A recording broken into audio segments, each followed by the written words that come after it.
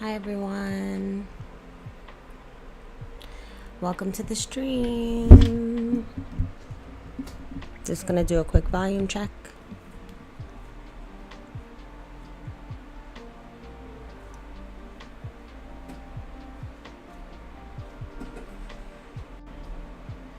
Hi everyone.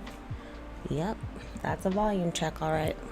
Hi everybody, welcome back to the stream. My name is Bobby Zen, and today we're going to model a typewriter, a vintage typewriter.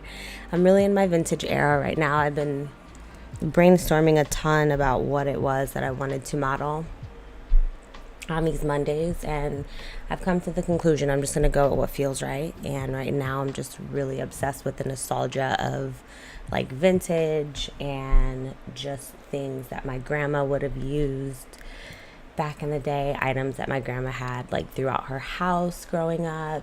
And I just remember her having like a typewriter, a sewing machine, the rotary phone that we did a few weeks ago. So I'm just in that era right now, and I actually want to start working on a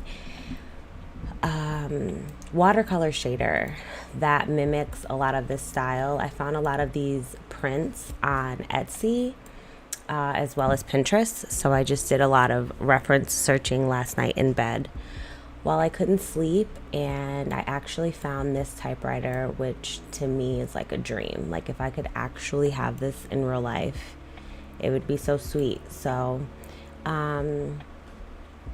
I want to stay pretty close to this particular model because I just love the color, I love the style, I love the vibe, the aesthetic of it all. And I do have a watercolor shader that I use that I can put on here, but I do intend on going the extra mile. I do have a program called Rebel that's a painting program, and my intention is to try to make a watercolor shader using that software, and then maybe we can implement it into the final product of this typewriter. But for today, we're just going to focus on the basic modeling of the typewriter, and then like all of our other lives, either I'll finish it off stream or we will roll this into next week and continue working on it, just depending on how the time goes, but no rigid schedule or anything here. And then I do have some other references. I think this one's really cool. It gives a little bit more of a rustic vibe, so I really do like that, and this just helps show the depth of the typewriter. And and then I just grabbed these two just for some different aesthetics, but I do really love this vibe and would love to be able to create scenes that look just like this but in 3D. So that's kind of what we're gonna go with. I have in the past modeled a typewriter bot. So actually, give me 1 second. I gave my dog some corn. Let me grab it from her really quick. Hold on.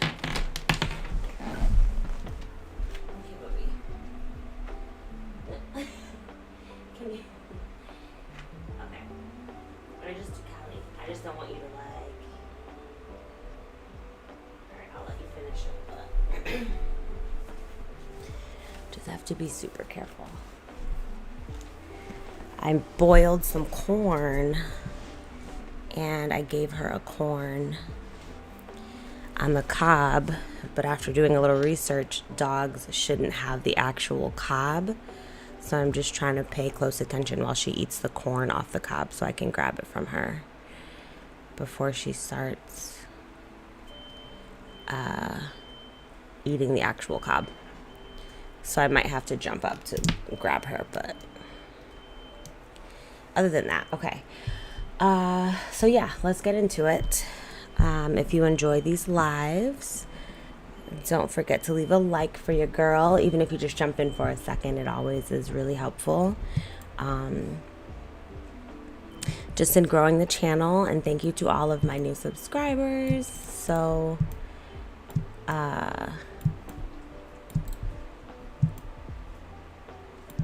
so excited about all the growth and everything going on with the channel. So I love that. All right, without further ado, let's just go ahead and get into it. Yeah, so I'm just gonna zoom in on this one and we'll do that.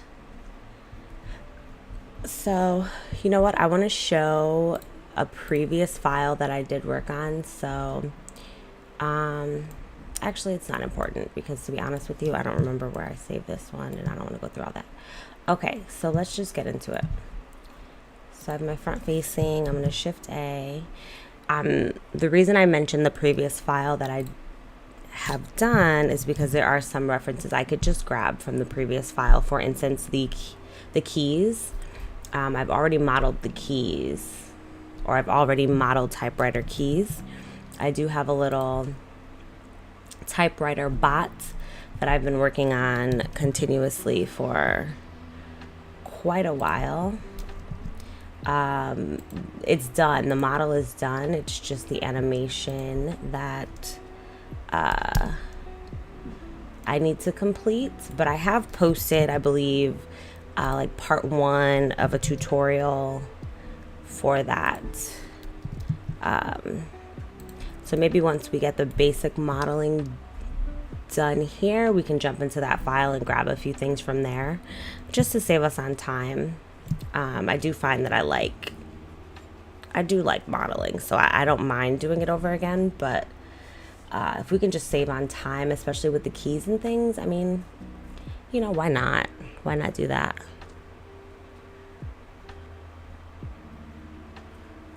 Okay. So I did turn my screencast keys on. You'll see them in this left-hand corner here. And then typically when I do these sorts of models, I like to start from the bottom up. So that's what we're going to do. I'm going to hit 3 and I'm going to grab this face because you can kind of see there's 2 pieces to this base. So I'm going to E on the Z. And we'll just come down just a little, like that.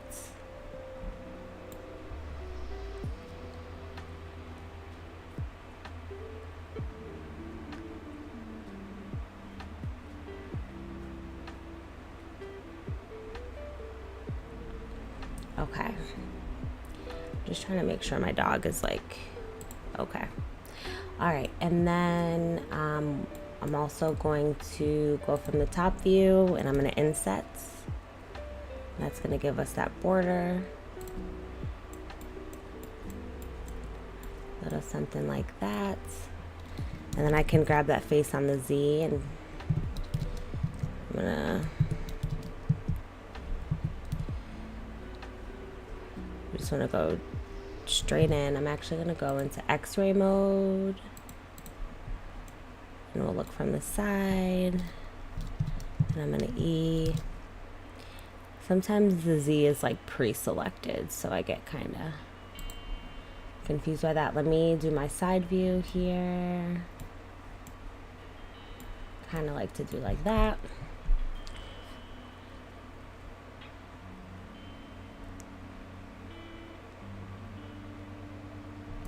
Okay. And then sort of paying attention to kind of how these are set up. So this is essentially this part here. So jumping out of X-ray mode.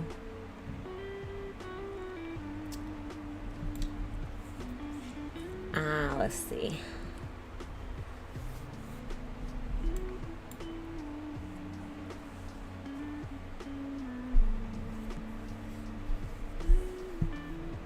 I want to see how I want to handle this.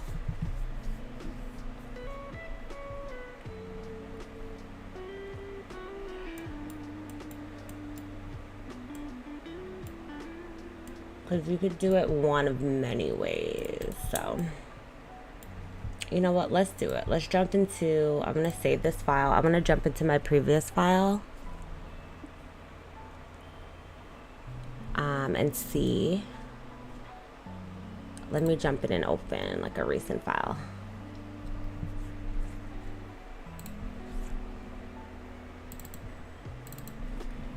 Okay.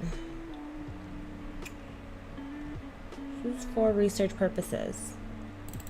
All right, so, oh no.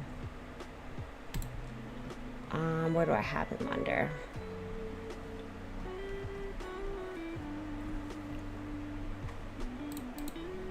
Okay, I think we're here. So, this is my typewriter.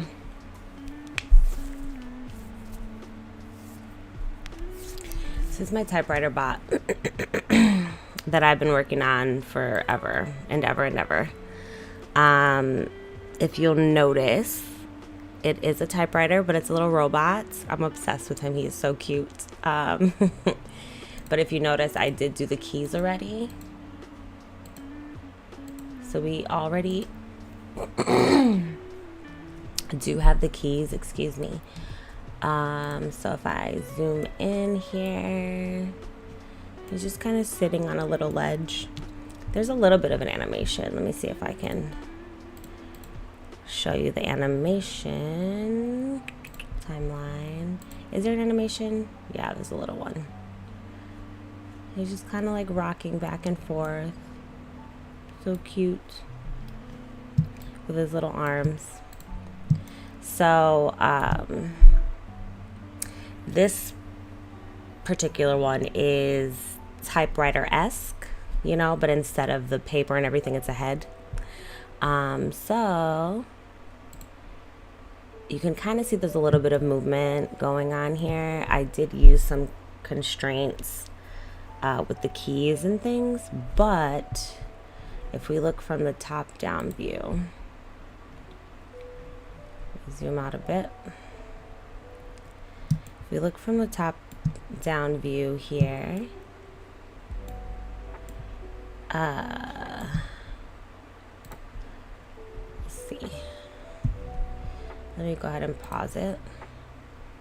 All right, let me get this corn from her while she's distracted. Yeah. Okay, it's all done.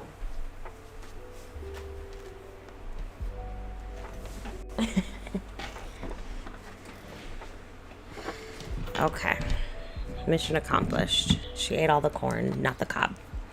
All right, and then if you look at these keys here, I already went ahead and put the letters on there. I believe they're joined. So what I also could do is take my the keys. I can make it an FBX, and we can, at the minimum, have the keys already done, or we could just redo the keys. Now that I'm kind of looking at this, the only thing that I would probably take from this model would be the keys.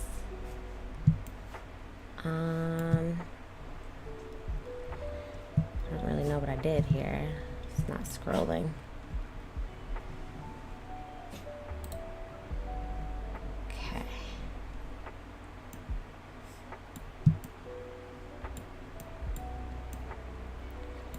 So let me just do a little observation.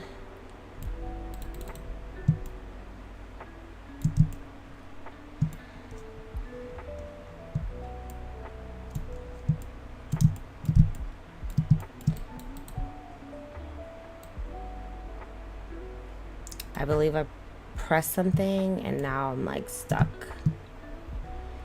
in this little situation. All right, let's get out of here because I pressed something and I don't know what I pressed and I'm out of here. All right, let's go back to our vintage typewriter. We don't need to save anything, but that's essentially what I'm looking to do here. But I think I'm gonna start fresh. Let's just start from scratch. Do our own thing and see what happens. Okay, so this is that. I'm also feeling like, let me see, Shift A. actually undo that. Let's get up out of edit mode.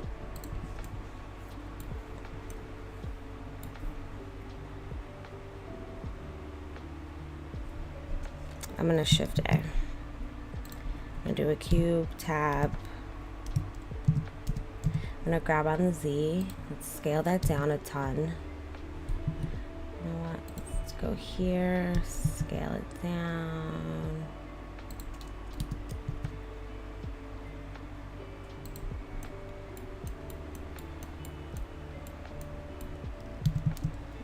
Scale on the Z.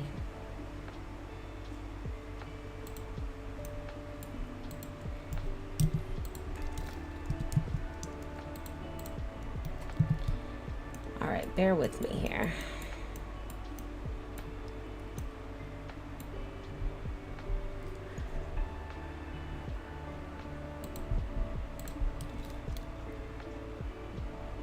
So let's split that in half.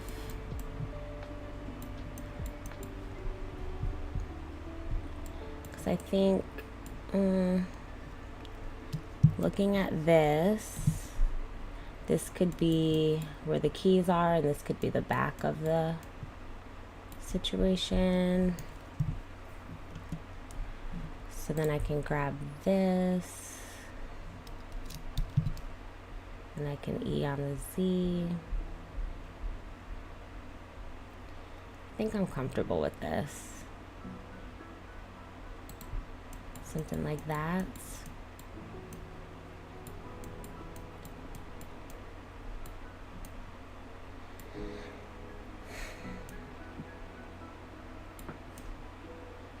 I just really do want this to be very detailed. So I just really want to take my time with it.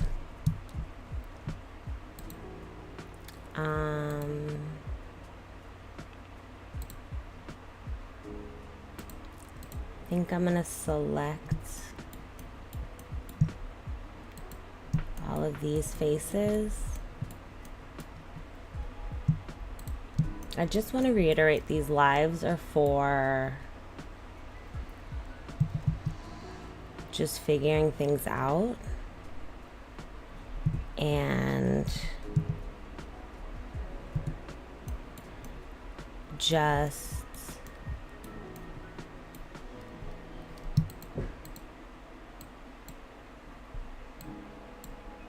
seeing what sticks.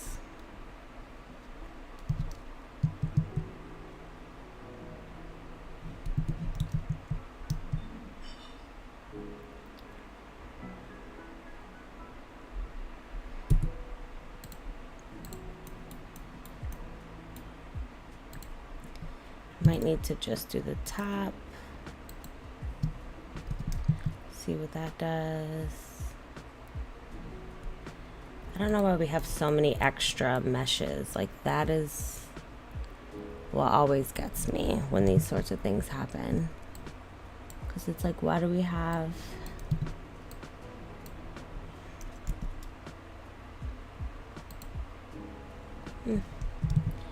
Okay.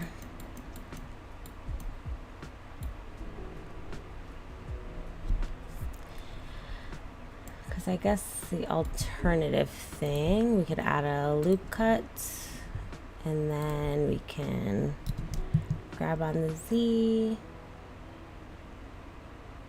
pull it down to about there, and I could do my faces.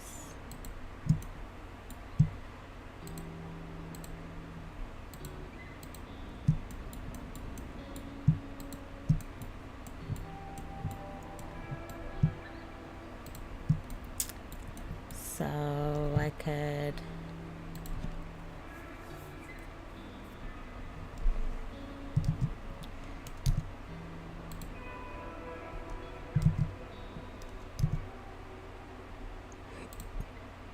all right, let's see where that leaves us.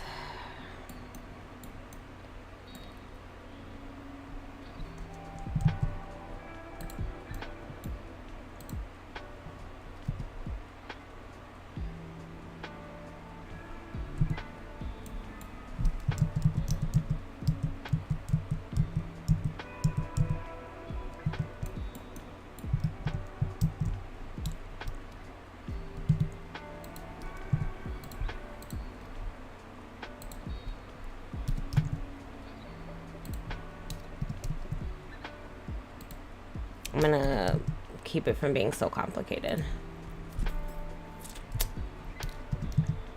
Let's just do this.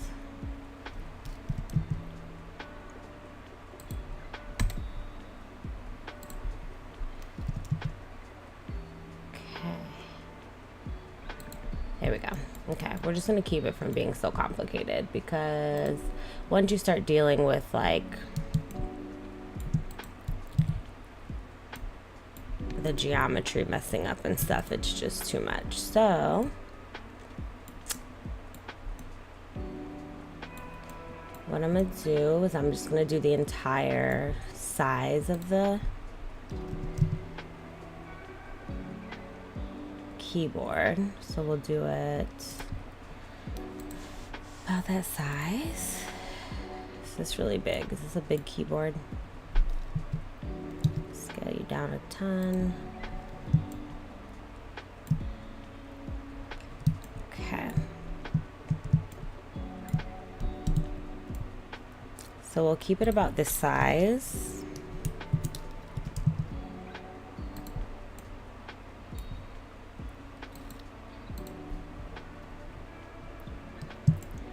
And then what I think we'll do is I'm going to take my loop cuts. I'm going to do one across the middle. And then I'm going to grab this edge here. And I'm going to grab just this edge on the X. And that's going to give it exactly what we're looking for, like this.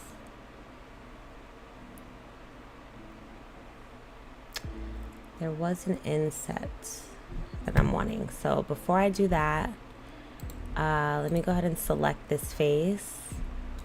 And then I'm going to inset it. Just so we get that border. And then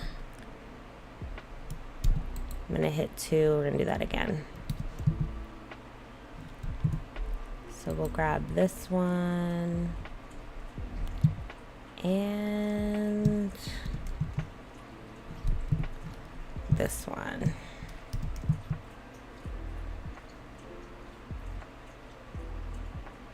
And we'll do a little something like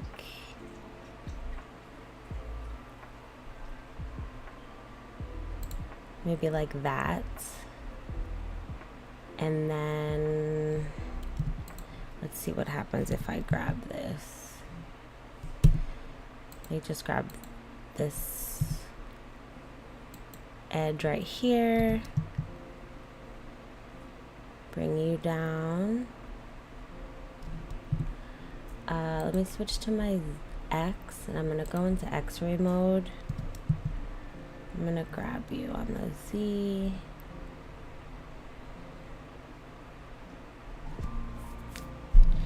And maybe we go to about there. Jumping out of X-ray mode. Just checking out what we got.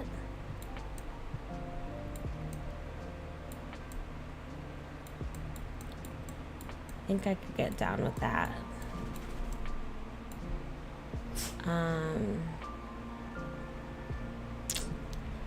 Let's see something. Let me undo that really quickly. I'm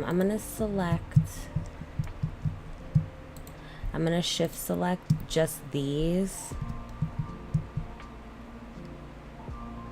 And I want to keep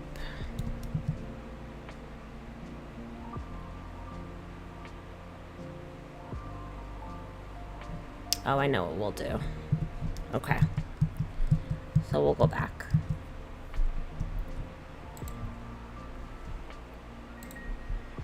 I know what I can do. Okay, I'm going to grab on the Z. Pull it down.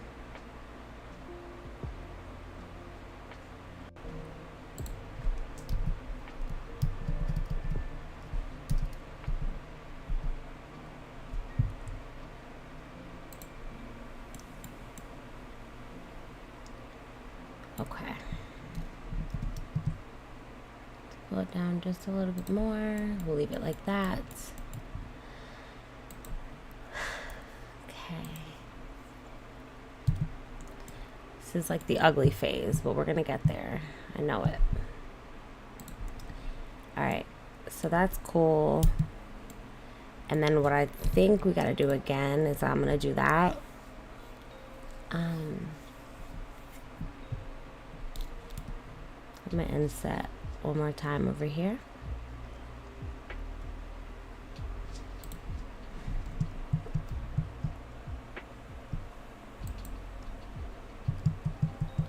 You know what?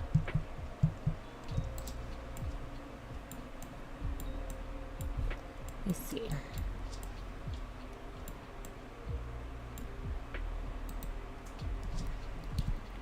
I don't love the slanted nature of this.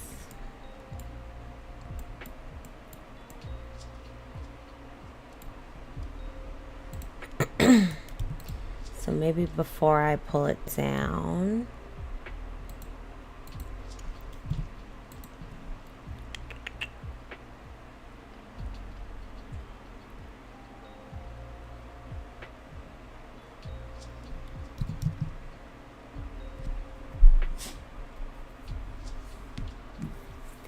I'm just debating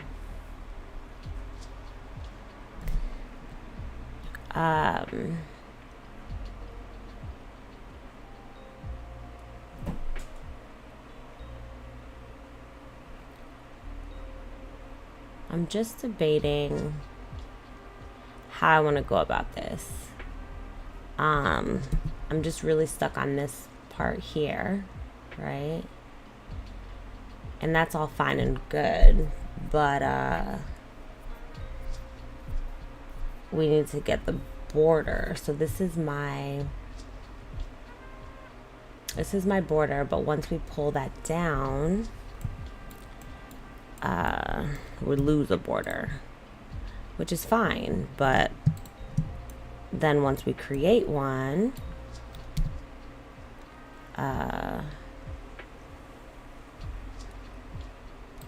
it's adding a little extra geometry that I don't love. So I'm just kind of brainstorming right now, trying to figure out how I want to go about this. Let me save it right here. And then I'm gonna do what I think I should do, and then if we have to undo, we will. It's the name of the game. First hour is usually trial and error, a lot of deleting. But anyway, I just don't want there to be too much of a slant. I don't want it to affect the geometry too much. I want to keep it as clean as possible. Minimal problems. A lot of this is going to be covered anyway, so it's not as deep as I'm making it, but nonetheless, I want to be proud of this when it's done. All right, so let me inset this now. I'm just going to do it. I'm just going to inset it, and that is more or less going to be our border. And I'm comfortable with that. I think I'm comfortable with that. And then lastly,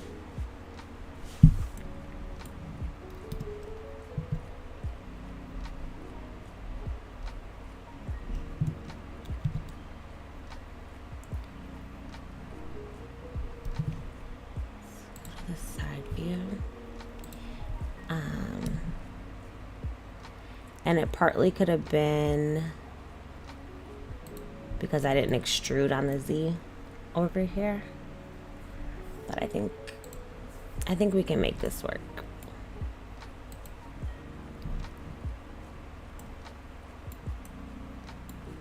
I think it's okay for now. Okay, let's kind of leave that there for now. It's the basic shape of it. And let's get to working back here now. So this is essentially where all the keys are going to be. and then we'll work on the back part here. So we kind of have, well, you know what? This too can come on down. So let's see what we could do here. This is why I always feel that Booleans are my best friend, because I could have just booled this out exactly how I wanted, but I know a lot of times Booleans do complicate the mesh a lot, and I just don't want to do that. So I'm trying to think.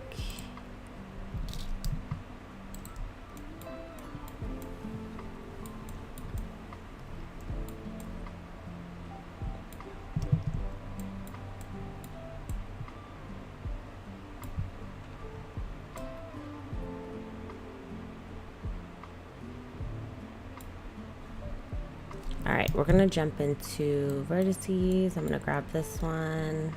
I'm gonna grab this one.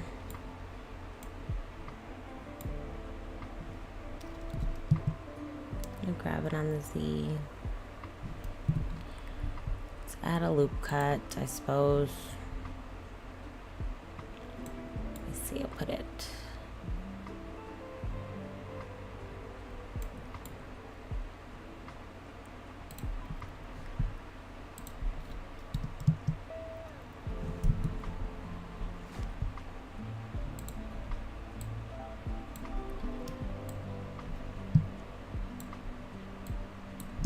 All right, and then I'm gonna grab this on the Z.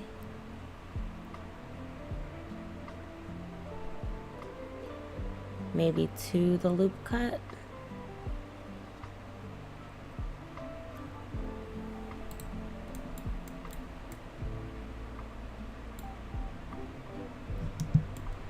I am really going for it with this because this is so far from how I would do it. I don't know why this is the route I'm choosing, but I'm gonna see if I can salvage it and make it work. This feels a lot more complicated than it needs to be, but I think we're getting there. I'm also gonna subdivide, so it's not gonna be so harsh. I think that works so far. I think that's fine so far. And then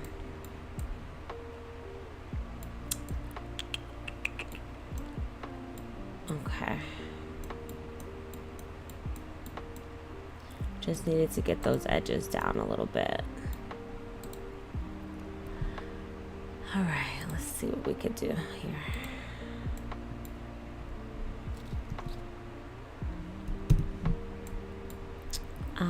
I'm gonna go back into this here. Let me see if I can do a loop cut.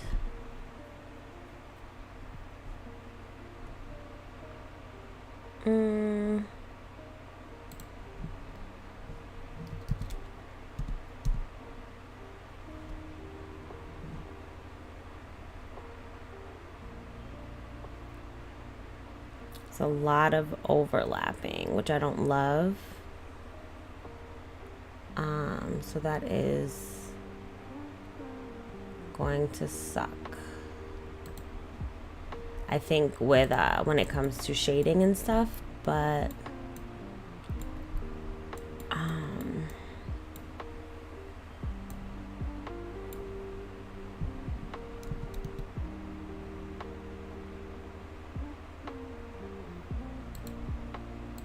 I can always like M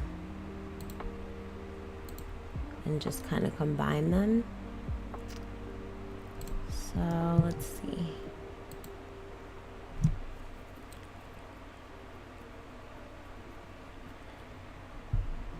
It always starts out so I'm so optimistic in the beginning, and then it's like, what are we doing? But I think, okay, there we go. That's good. Okay, cool. So we'll just combine the vertices. We'll just combine them.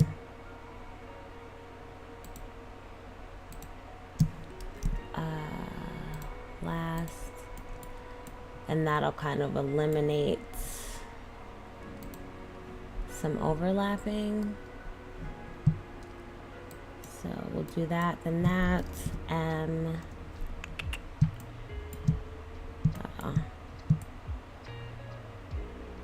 Oh boy. So U, then U, M at last, and then U, then U, M at last. All right, and that'll kind of support with, oof, look at all that in there. This is gonna be a nightmare. See, and then we have kind of this situation. And then what's going on up here? Nothing. All right, we'll deal with the inside shortly. All right, we'll just rock out like that for now. We'll see what happens. Let me actually go here into render mode. I do have an HDRI that I downloaded from Polyhaven that I tend to use. So I just want to see what the shading looks like. Oh, but it's not terrible. Okay. All right. We'll see what happens once we subdivide. Hopefully it's not too drastic. Oh. But, you know, all in all, we're getting there. What's going on here? What's that? Okay. I think that's just the angle. Okay. So we'll leave it like this for now.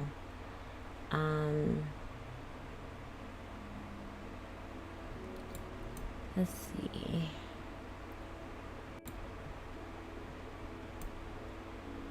All right. I think that's good. And then let's go back to our side view. I'm gonna grab this face, grab on the Z,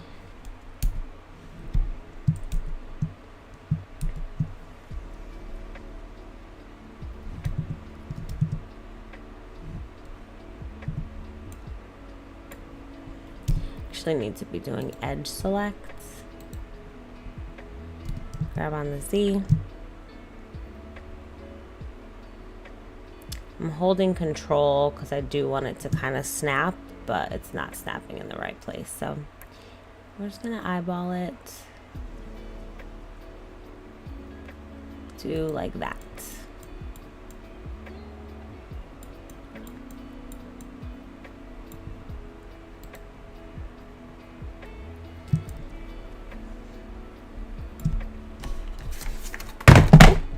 Uh-oh.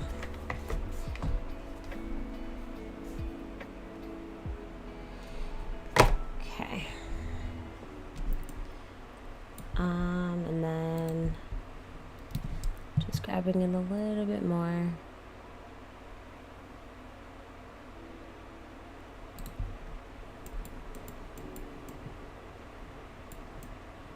Okay. I think that's good. Now, oh my goodness, that took a lot more effort than I anticipated. Okay. Now, let's see. Using the geometry that I already have, I'm going to select this face, this face, this face, and this face. I'm going to shift D, grab it up, grab on the X,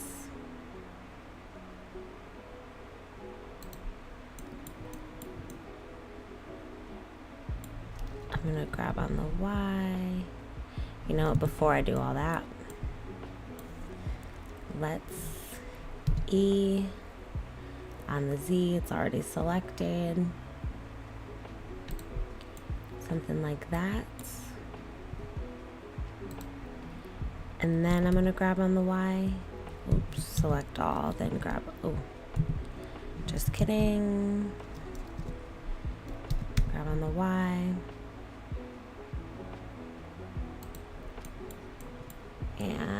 just scale it up.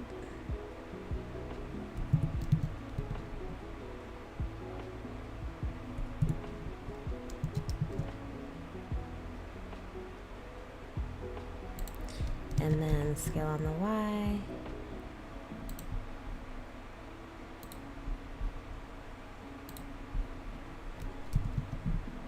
This is going to be our little detail.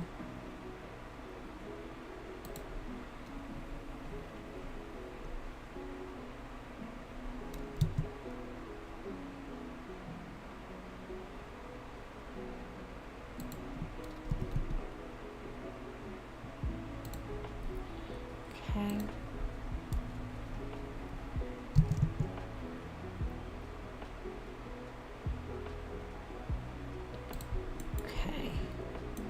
Keeping in mind, we are going to subdivide. All right, let me go to the top. Scale you down just a little. There we go, so that it's just hugging. It might be a little too wide, but let's just leave that for now because we do want to leave space for subdivision. Okay, let's go in here. Now this part, we're definitely going to have to Boolean for sure. So I think maybe I want to, let me see. Let's subdivide. Let's see what that's giving so far. So I'm going to select my mesh, and then I want to subdivide.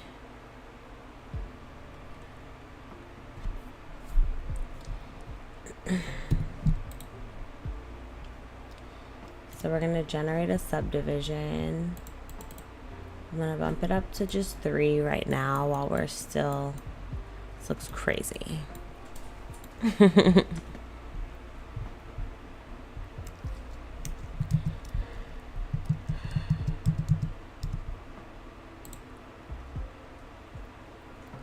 You can definitely add a lot more loop cuts, but I just want to see what a bevel percentage would give also, because that could give what I want. A few more segments. We could just bevel.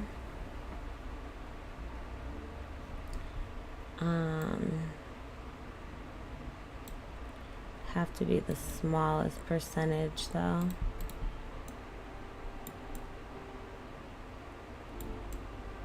So I'm just not sure how rounded I want. So maybe, let me see if when I go on this side it's the same. All right, so what I'm gonna do, I'm gonna subdivide it, but we're just gonna add so many loop cuts. So we'll bump it up to 3. I'm gonna tab into edit mode. This is kind of fun though. It's like futuristic. It's just adding all these subdivisions is really going to change the game up. Or these loop cuts. But I'd have to add a ton. Which is fine, but not ideal.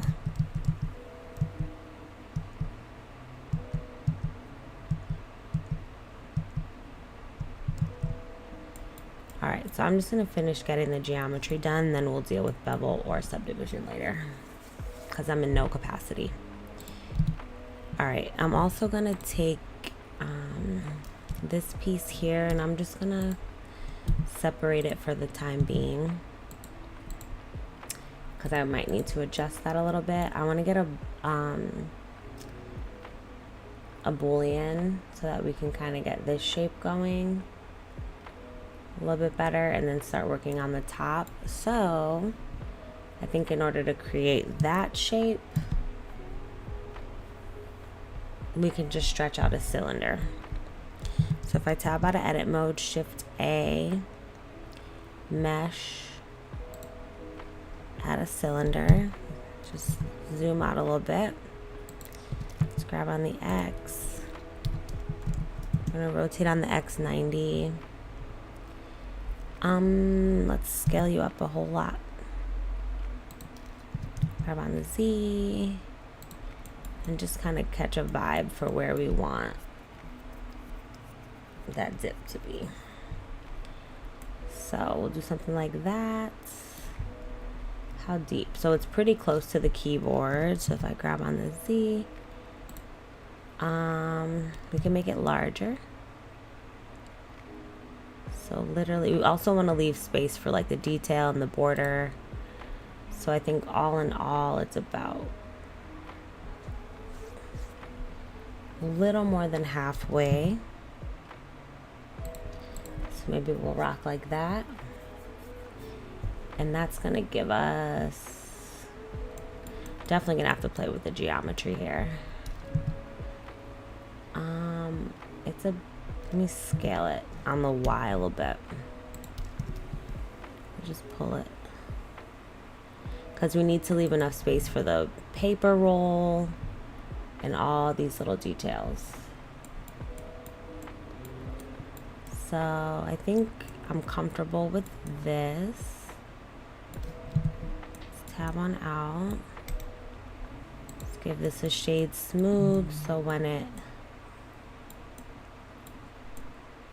does do a bevel, it's pretty smooth. Just want to make sure it's where I want it. Yeah, I think that's good. Let's save it.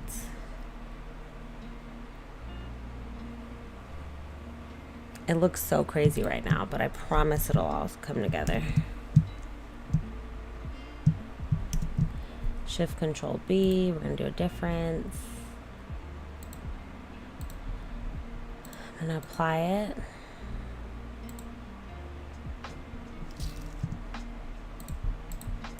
Hide that, and that's essentially what we want.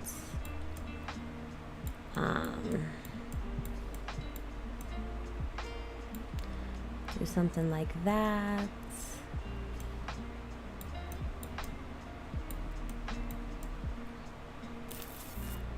Great. Now that leaves us, oops, with this here, and I'd like to inset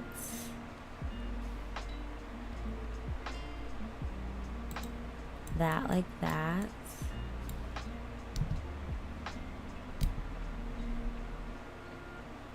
And I'm going to E on the Y and just go in ever so slightly.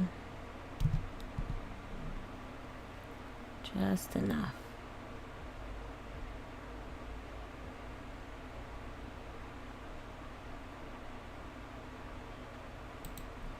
Maybe like that much.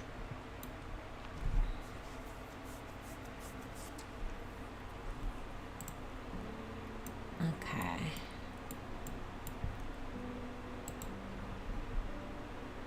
I think what'll also help is just getting the block out. So I'm just gonna block out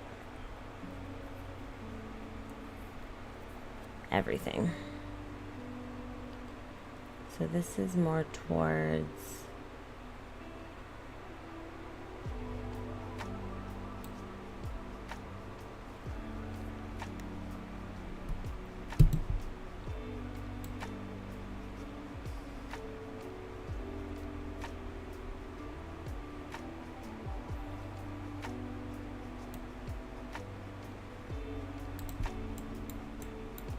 okay.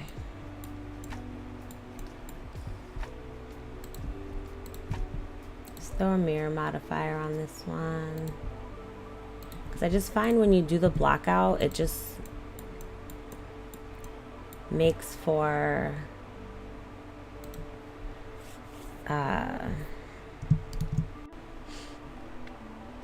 it just feels better. Because you have an idea of like where things are going.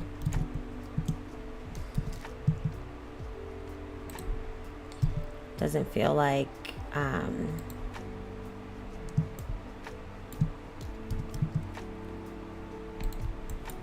doesn't feel as empty. So I just want to get this basic shapes down. And by doing this, it also helps release the perfectionism that I'm feeling myself fall into right now, because a part of me wants to start over. And it's like, we can do this. And I find that this happens in anything that I do creatively. Like, I want to enjoy this one. I want to appreciate the nostalgia of everything. And if I get caught up in the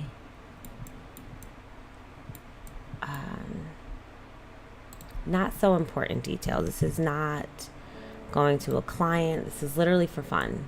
So if I get caught up in the perfectionism of it all, it's going to take away from the fun, and I just don't want that to be the case today. So in trying to combat that, I'm just going to block.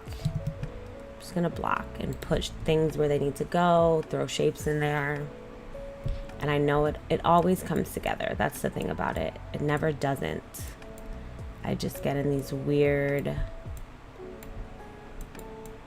it's gotta be perfect. And it's just like, that's just not realistic in these spaces. This is for fun. It's for practice. And that's all it has to be. And if we get a cool render out of it, I'm a happy girl. And that's really that. I'm going to scale it down just a little bit more.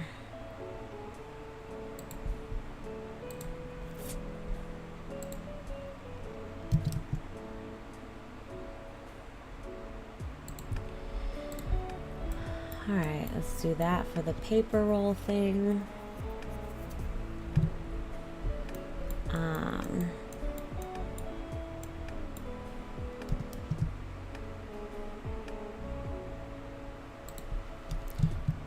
I'm going to select everything, and I'm going to put the origin to the geometry for everything. Save myself some pain. Let's go into some other pieces of the model and see. I remember these little things, they would like get stuck as you're typing. They look like little hammers. We'll definitely use an array modifier for that.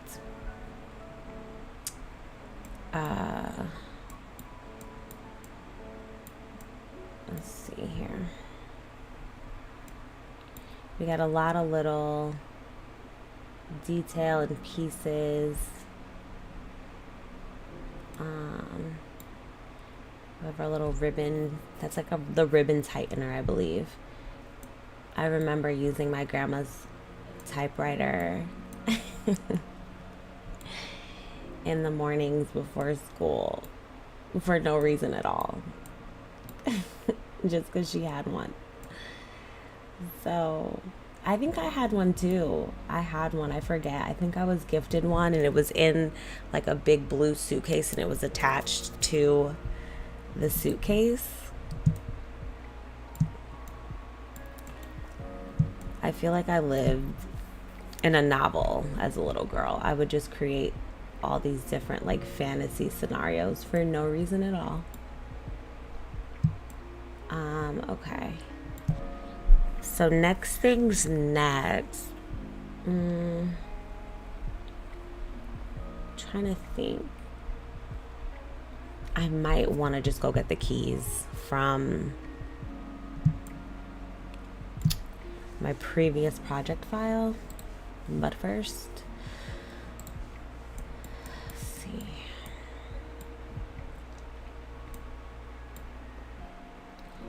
Just trying to get a few more details going. I'm just going to duplicate this.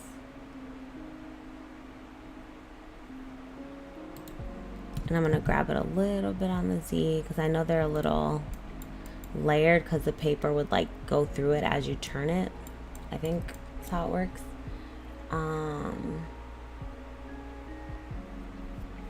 Alright, so let's do this front piece first and foremost. I'm going to tab into edit mode. I'm going to grab this face, and I'm going to grab this face. I'm gonna Shift D both. And then I'm gonna Alt E along normals. But before I do that, actually, let me Alt S. Oh no. The Shifty. Let me redo the Shifty. Shifty, boom. Let me separate it. And then we'll tab into edit mode. Great. And then we'll Alt E along normals. And that's just gonna give us that little section. And I'm gonna select all and I'm gonna Alt S. Just so it's a little bit bigger. Like that. Tab out of there. Okay. And then I'm gonna take this and this, Shifty, grab on the Y. I'm gonna tab into edit mode. I'm gonna select all. I'm gonna scale it all the way down so it's really skinny. Kind of like that. And then we'll scale on the X. All the way. Right there. Grab on the Z. Little something like that. Let's go into the top view. I'll grab on the Y. Let's pull you back. Scale on the X. Like that. Tab out. Okay.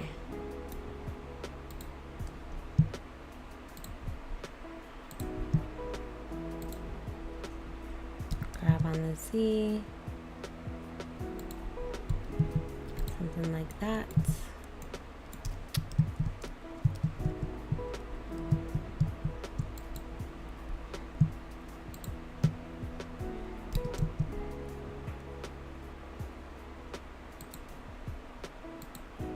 Okay.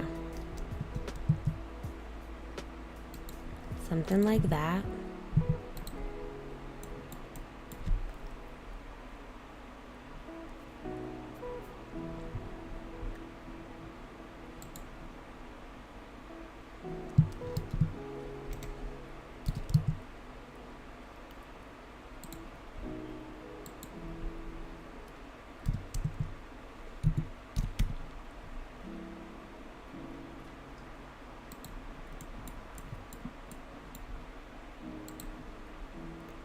Okay, now let's grab on the Z, pull that down a little bit, pull that down, get it kind of like that.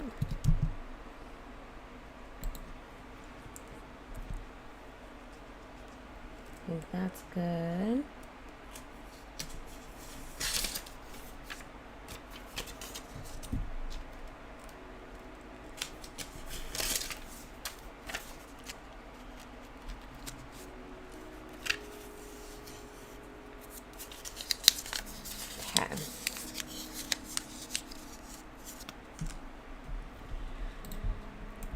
Let me get a little closer to what we got here.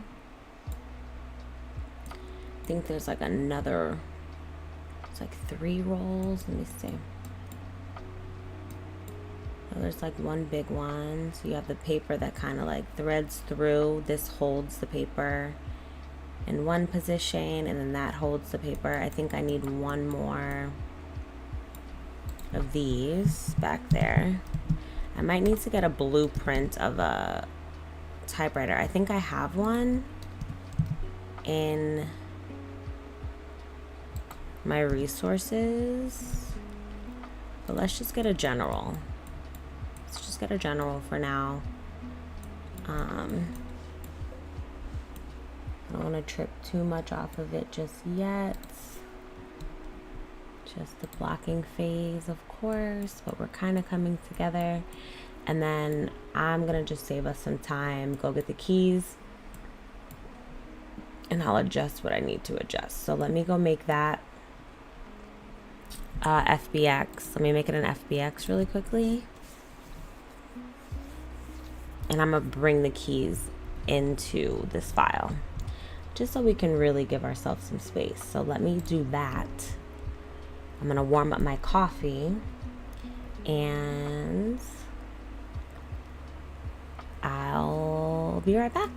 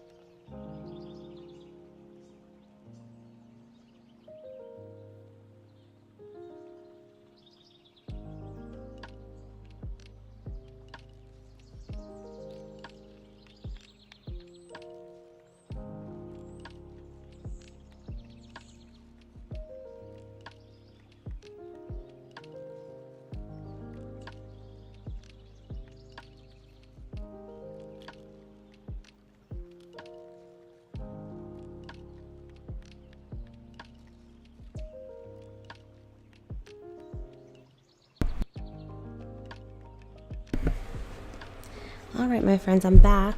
I'm sorry that took so long. My FBX was not trying to work with me, but we got there. We got it working. I got the keys in there. All right, so let's get in here. So a few unwanted objects came in, but that's okay. I'm gonna make this a new collection though, and we're gonna name it the keys. And I'll just create that. Let's just go into isolation mode so we can get rid of what we don't need. So these items we can get rid of. And then I have my keys right here. Hi everyone. Hello, I just jumped into another file to grab my keyboard keys so we wouldn't have to model those from scratch. So I'm back. Thank you for being patient. So we have our keys here. This actually, I think, saved us so much time. So these are from a previous file. I don't think the texture's with it. Okay, yeah, so there's no texture. We can definitely fix that, no problem at all. But essentially we have the keys. So let me grab on the Z, and I'm gonna grab on the Y, and let's get those into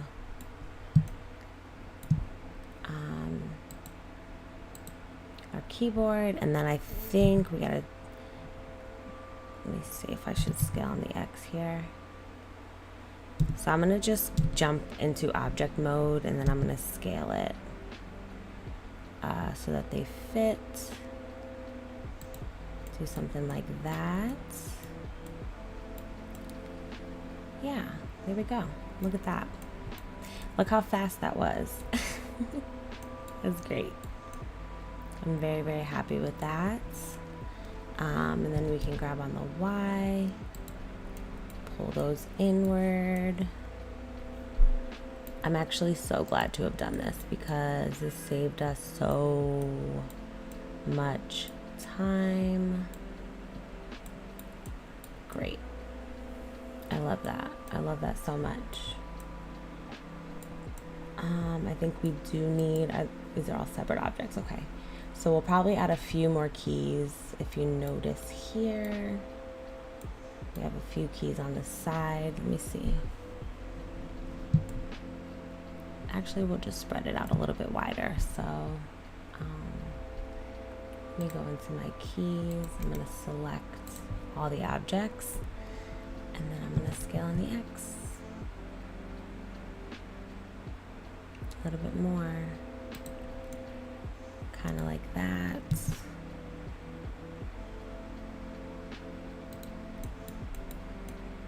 Okay.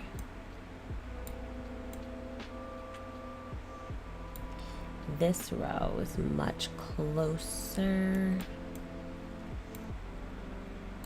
We can also separate them into rows, which is what I did in my previous file. Let's see.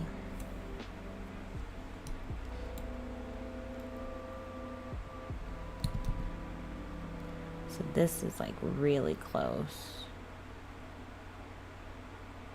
Kind of like that, I guess.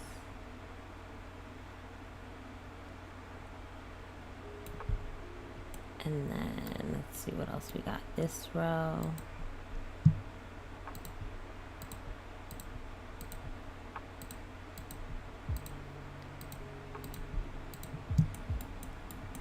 We'll pull it in on the Y like that.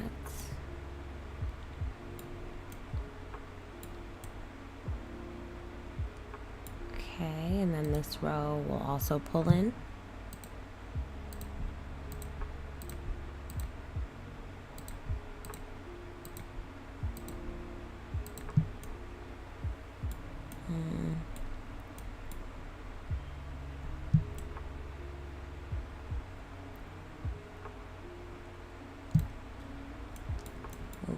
those out of it. So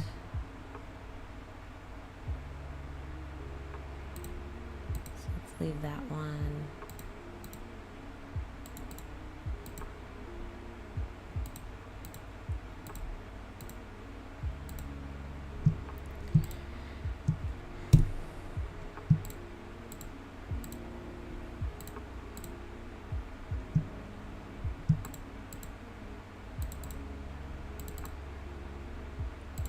It's so weird.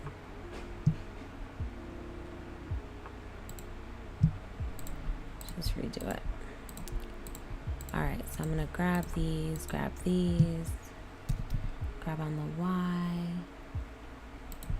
Maybe we'll do something like that. And then let's pull these back just a little bit as well.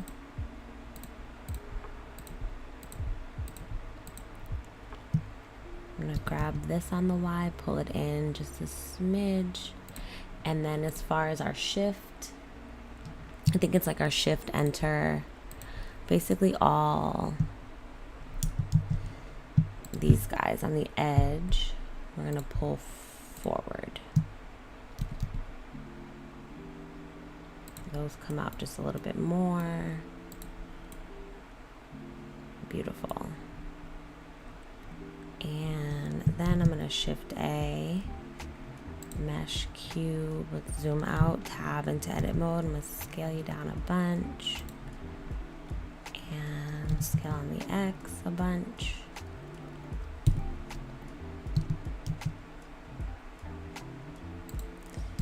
I mean on the Z, sorry. Scale on the Z.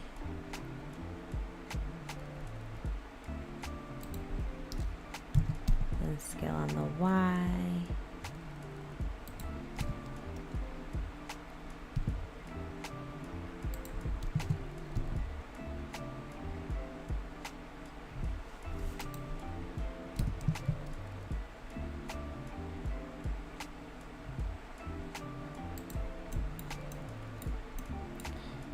And then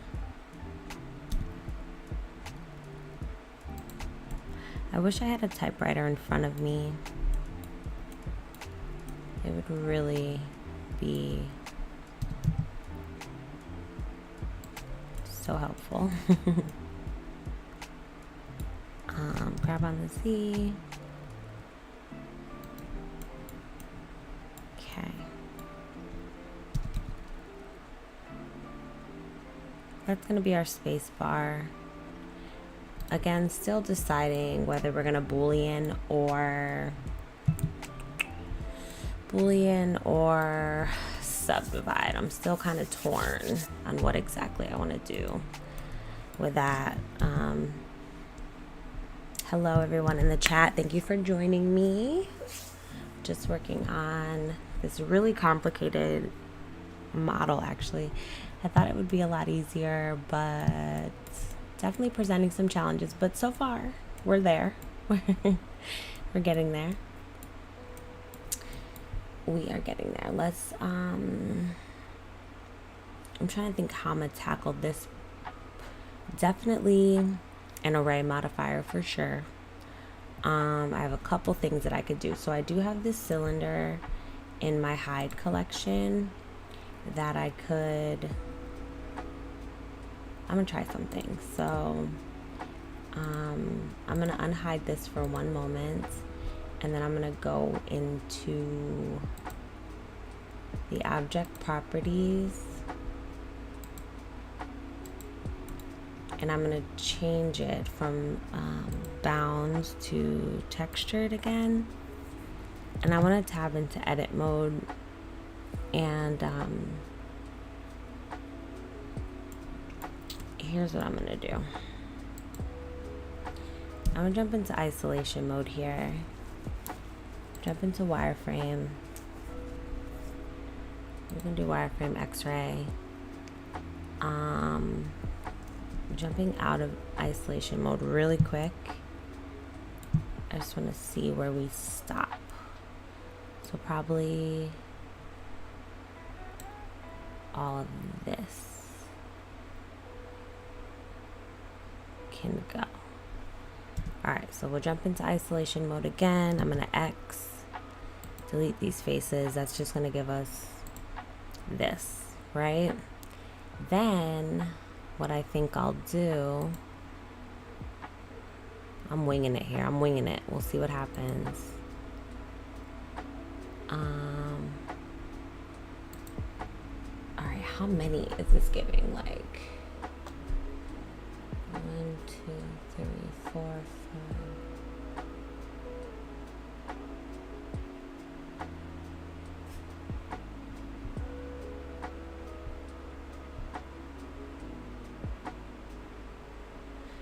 Seven, 28, 29. We'll say 60. We'll say it's giving 60.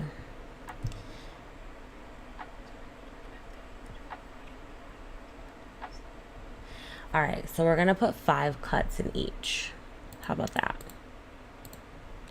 We'll do 5 cuts in each.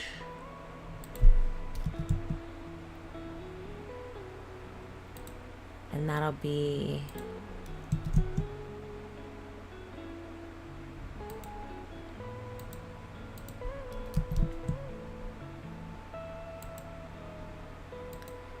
oh, you know what? No, we're gonna keep it like this.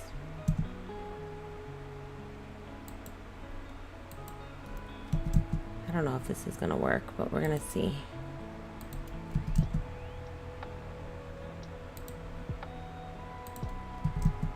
This is kind of the only way.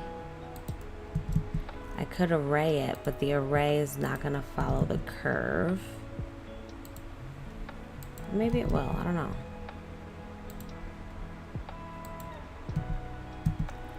And I don't have the best track record with using follow path and all that. It just doesn't seem to work for me too often. All right, let's jump out of loop cut. This is essentially what we want it to look like. Now, what I can do, oh my gosh, okay, let me take this out of the hide. I want to make this its own thing. So I'm going to click M. Just kidding. I'm going to tab out and then I'm going to click M. I'm going to do a new collection. I wonder what those are called.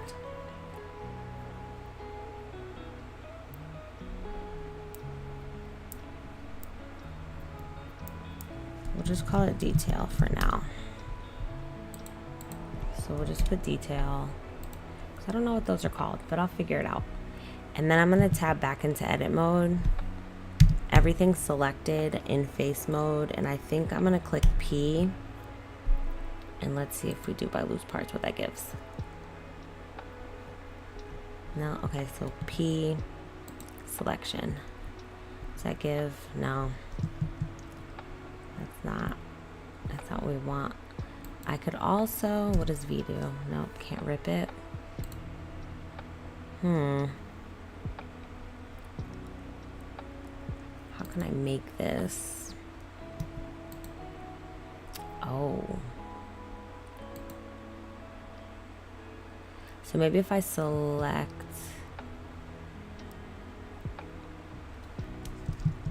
here's what we're gonna do. I'm gonna select all. I'm gonna go to select and I'll do checker deselect, so it's selecting every other. I'm gonna click P selection, so that splits it. Right, and then if I keep doing that, but I could do it just 2, right? That should be fine. Oh my gosh. I don't know what I'm doing right now, but we're gonna see if it works. I don't really know. Grab out the Z. I need to select all the details.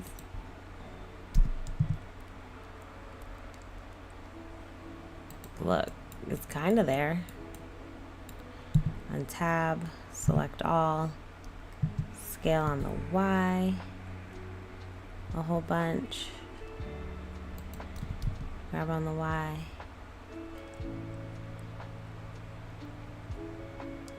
it's kind of inside, so scale on the Y again.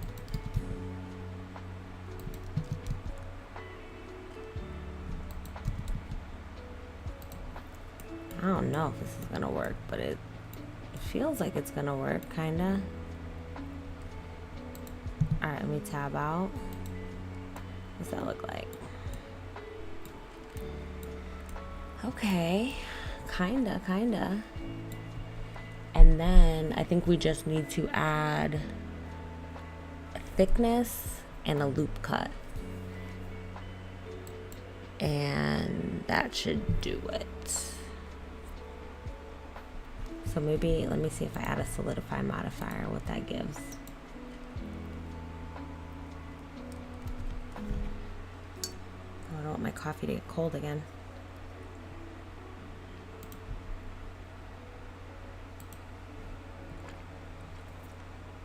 Okay. Also, auto smooth, just because it's ugly the other way around. Okay, so we'll do 0.005 maybe. 0.008. 0.006. Okay, let's do that. And then let's do the same.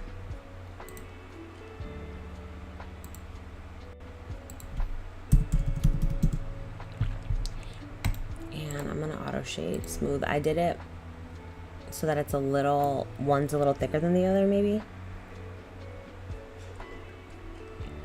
You know? And then they're not quite, let's see. What if I just delete this? Does that works better. That works better.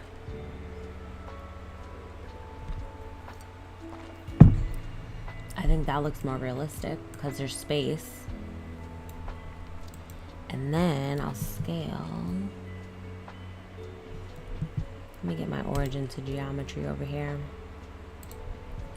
Let me scale.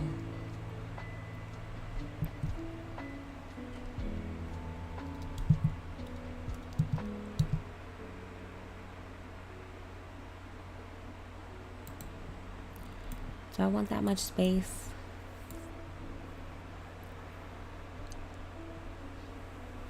I think so.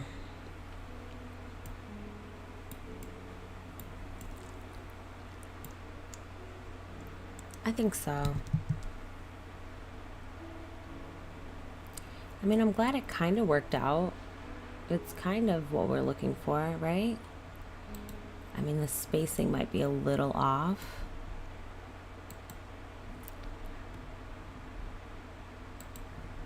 Let's see. Let me scale.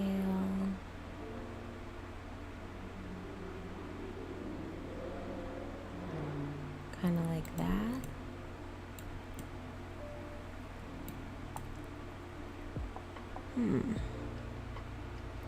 Or do I want those other ones back? Because let's see.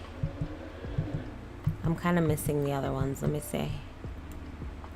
So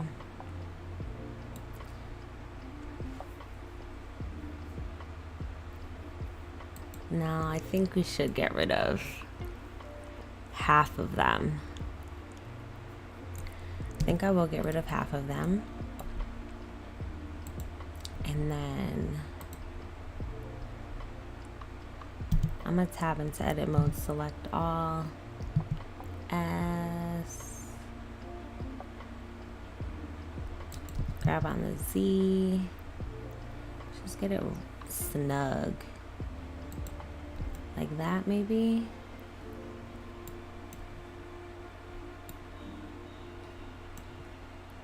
Like that I think is good.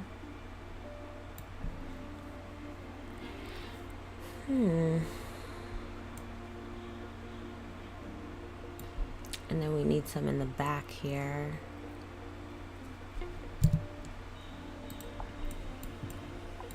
So I think we have a couple options.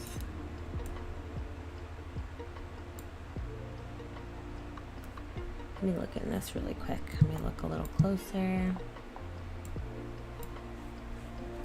It's the same thing. So what if I shift D, grab on the Z,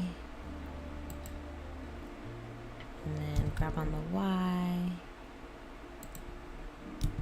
What happens if we rotate? I don't know why that wouldn't be.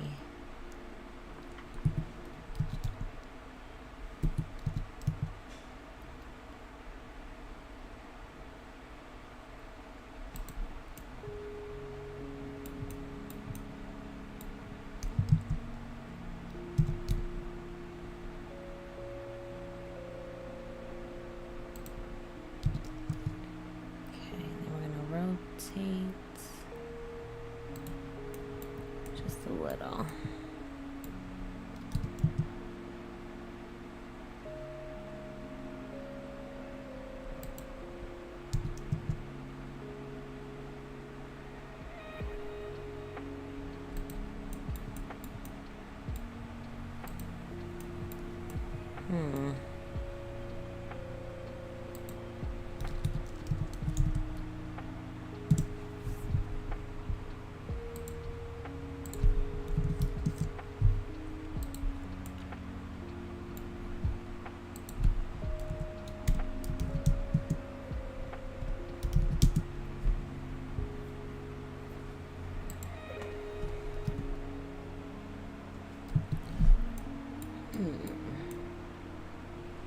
How I'm gonna do this? Let's get it back to 0.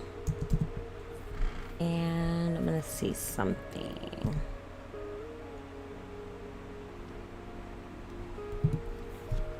So we have it like that. And it's kind of the same actually. Just it's like an optical illusion at this point.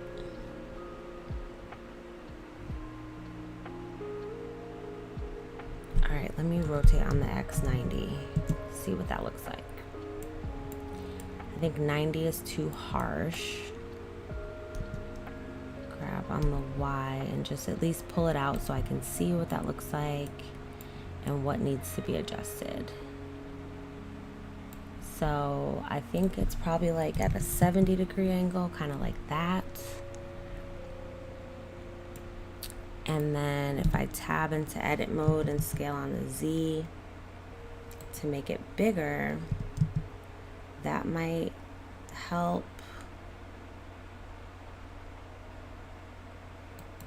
And then, okay, kind of getting there. I do need to get rid of some of these for sure, so I think that is causing a bit of confusion for me. Proportional editing would be amazing right now. Okay, let's grab on the Y and see where we can align these. Okay, so they're kind of aligned already, but I'm gonna scale on the X. So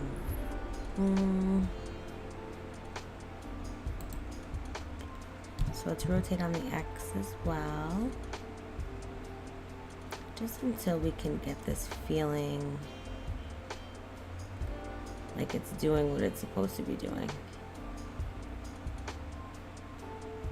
Because there's a little bit of a, I think 70 degrees is the vibes.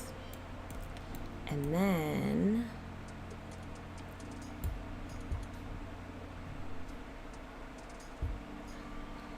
let me tab out of here. Let me just hide this for 1 second because it's really throwing me off.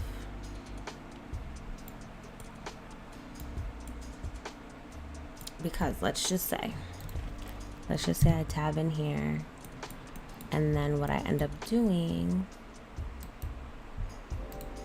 Let me tab into isolation mode, and I'm gonna go on the back end here.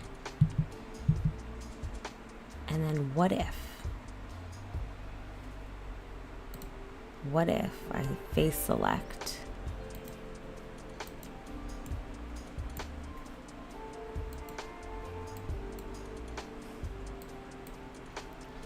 Okay, so I'm gonna face select maybe all of you guys. I guess it would have to be edge select. Okay, I'm gonna edge select all of these guys. So that's 1, 2, 3, 4, 5, 6. Let's get one more on this side. So there's 5 left on each side. Let me flip it around to the front.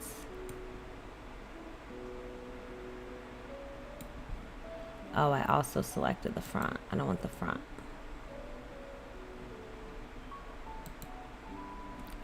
Just want the back.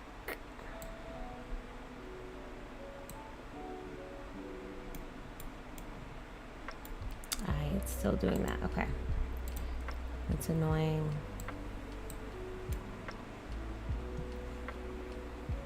Before I do that, let's just see if it works.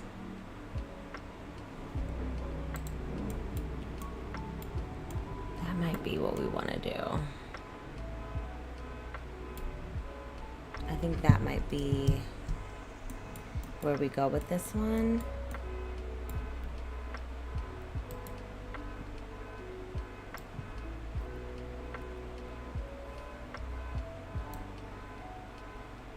So what's that look like?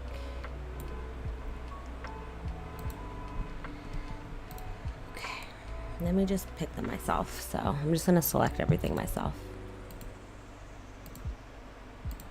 And I'll get rid of what I don't need.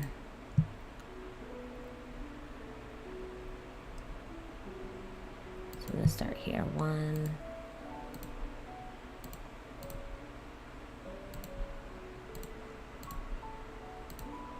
Please bear with me. Please hold. So I keep selecting the other side and it's just more of a pain.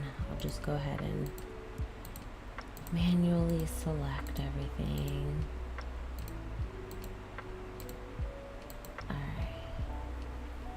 I think we stop here. It's 5 on each. And if I go to the front view,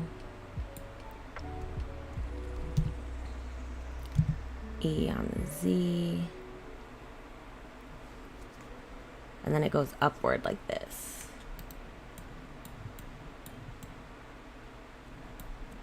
And let's see what that looks like. Ooh.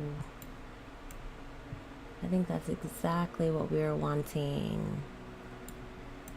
Fabulous. Okay. So let me grab it on the Z and pull it down.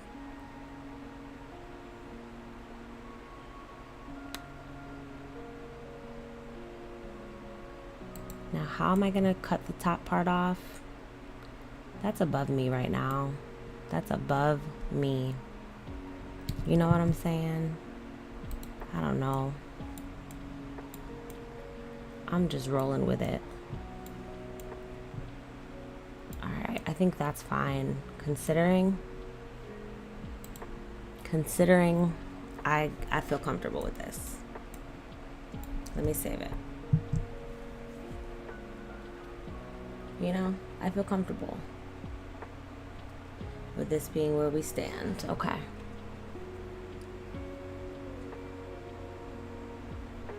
Now,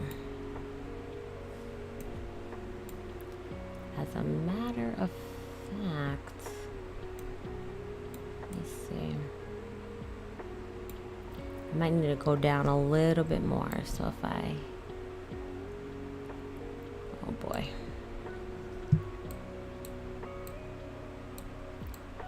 Just grab these edges again. And I'm gonna grab on the Z. I think I'll pull it down just a little because we are gonna need some details. So we'll do something like that, and then I'll knife cut or I'll just boolean these out. Like I'll just get rid of them. But we'll see. Okay. And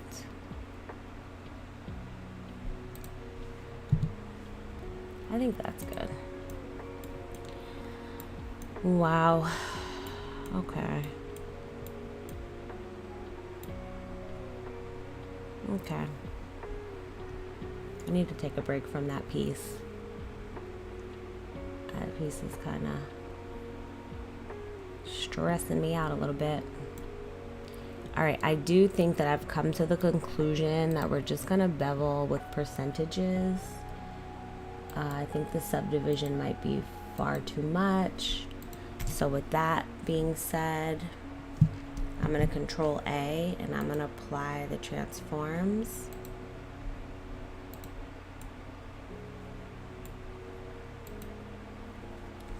Do the same here. And let me just add a bevel now. And let's just figure out. Yeah, I think the bevel looks really good though. Let's be honest. The bevel looks really sharp. So if we just increase the segments to maybe like 5.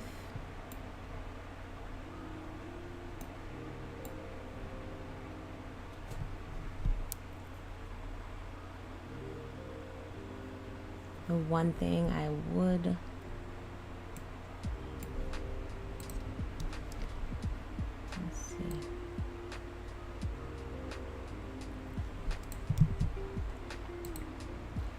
so I'm gonna also try to get rid of the clamp and see if that supports me. Yes. I think I like that. But is it messing up the geometry?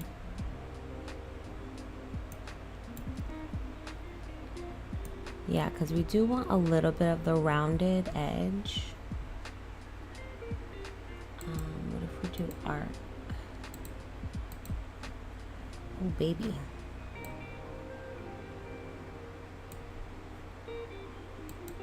I'm really also trying to get into utilizing these settings a lot more so that I can get the bevel exactly how I like it. So I definitely want to take advantage of that. We can also attempt to maybe do percentage, and we'll play with it that way. I think that'll help tremendously with a lot. What if we go 3%?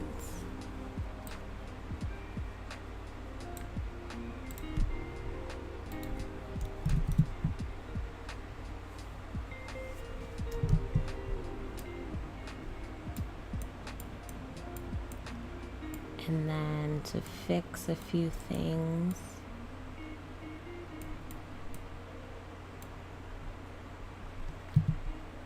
tab into edit mode and see if I add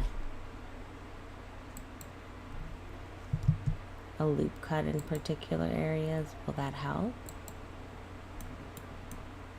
It's kind of making things worse there.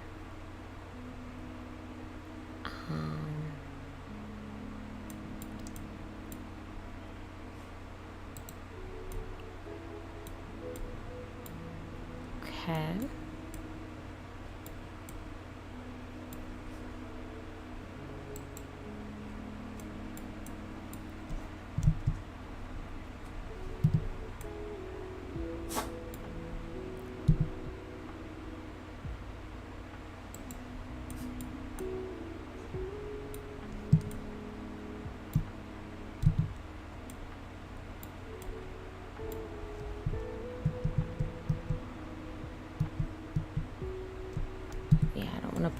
notice it's creating a bit of an indent.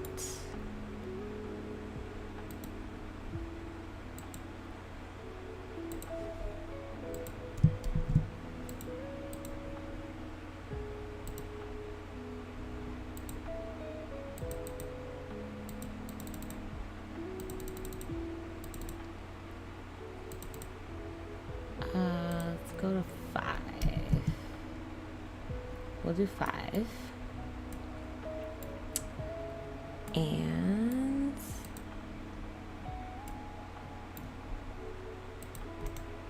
let's shade auto smooth.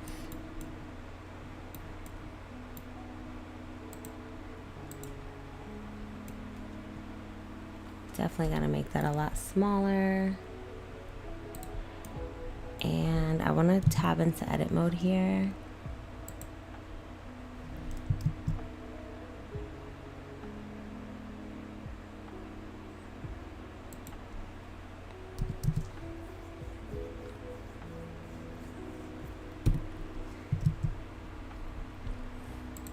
What if we do, oh my,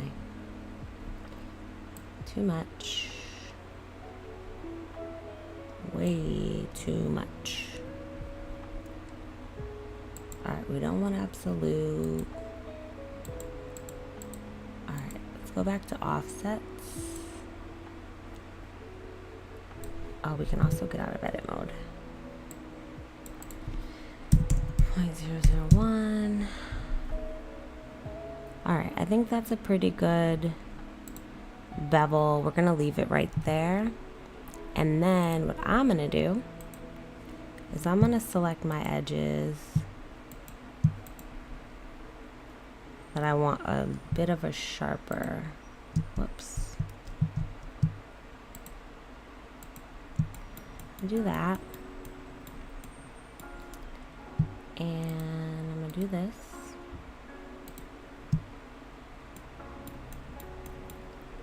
And I'll do this.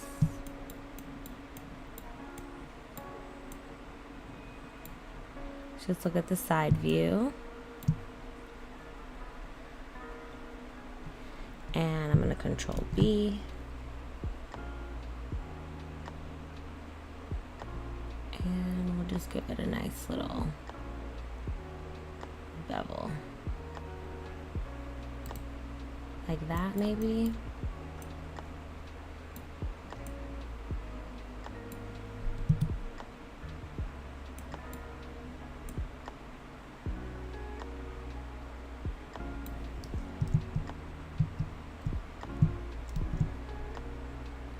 Give it a few more segments so that's really smooth. Maybe something like that. And then I'm gonna select, oof, this is where the issue is gonna come in, huh?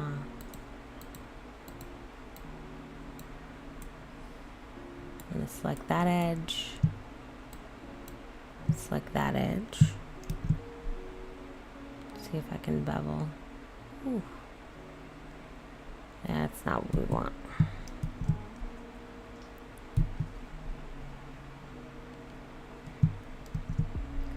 See if I do that, and then if I go in here.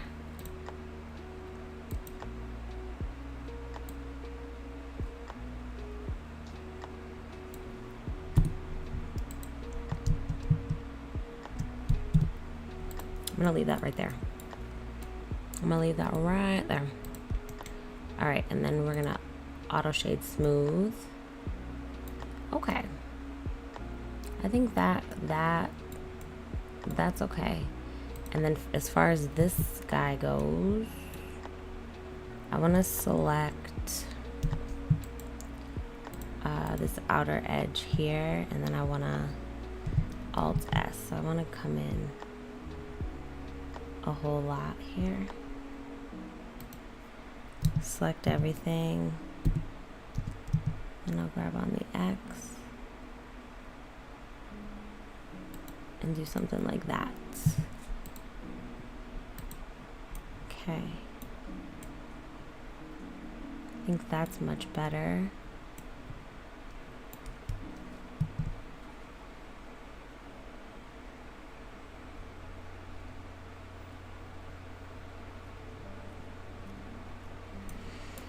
Okay.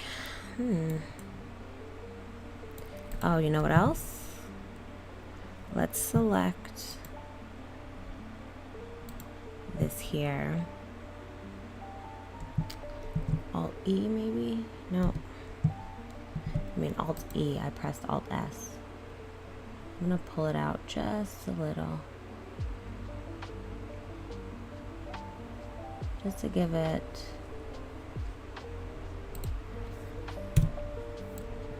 that tiny bit of detail. Yeah. That looks good. And then for you, we're gonna redo the mirror modifier because I did apply the transform after the fact. So let me go back to mirror, select this, then this again. We can scale this down a bunch. How's that? It's definitely not giving mirrored, it's giving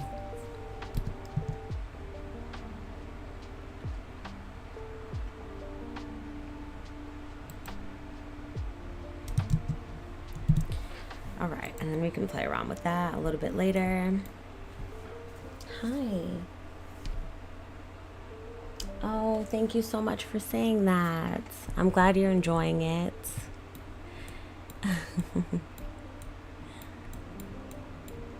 I love that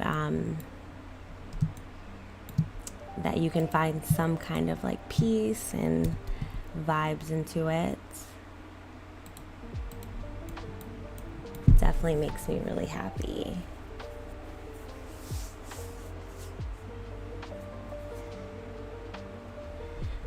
I always find with these streams that they're a challenge for me as well, because I want it to be calm and just like an easygoing vibe, but I do find myself even getting kind of frustrated when things aren't just going so smoothly. But I think as an artist, Blender artist specifically, these are the moments that it matters the most.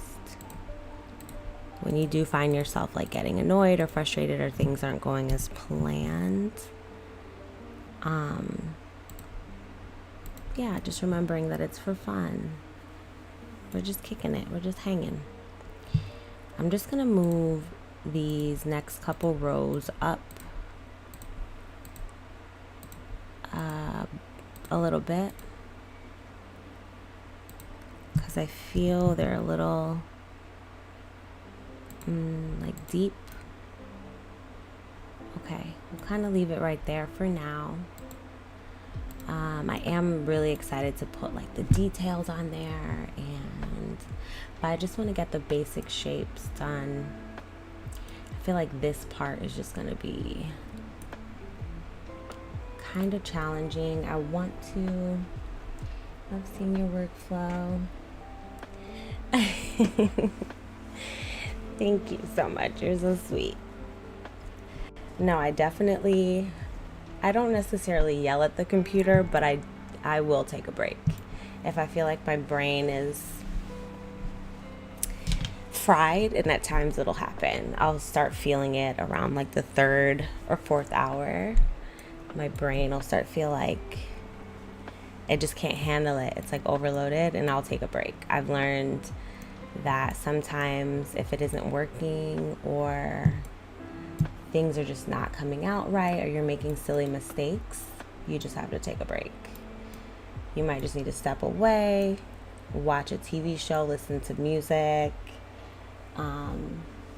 Yes, Blender is not easy, which is why I love these sorts of tutorials. And it's not a tutorial, but these sorts of like modeling moments, because you know, it's not easy, and everybody has a different workflow. Everybody does things how they do it. And I think in the beginning of my Blender career, I spent a lot of time comparing myself to other artists, and a lot of my time was taken up by trying to do it the most efficient way. So I'd be doing research on like, what's the best way to do this? What's the best way to do that? And although that is great and you should know the most efficient way, I also have found that there's no real rules to this thing, and you just do what you know how to do what works best for you and your project, and as long as you get it done, you get it done.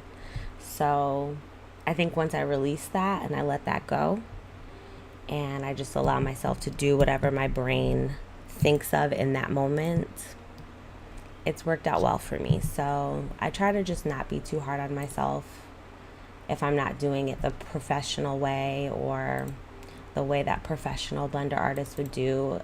If I get the finished product, then I get the finished product, and that makes me happy. So that's kind of what I try to focus on when I'm doing these lives.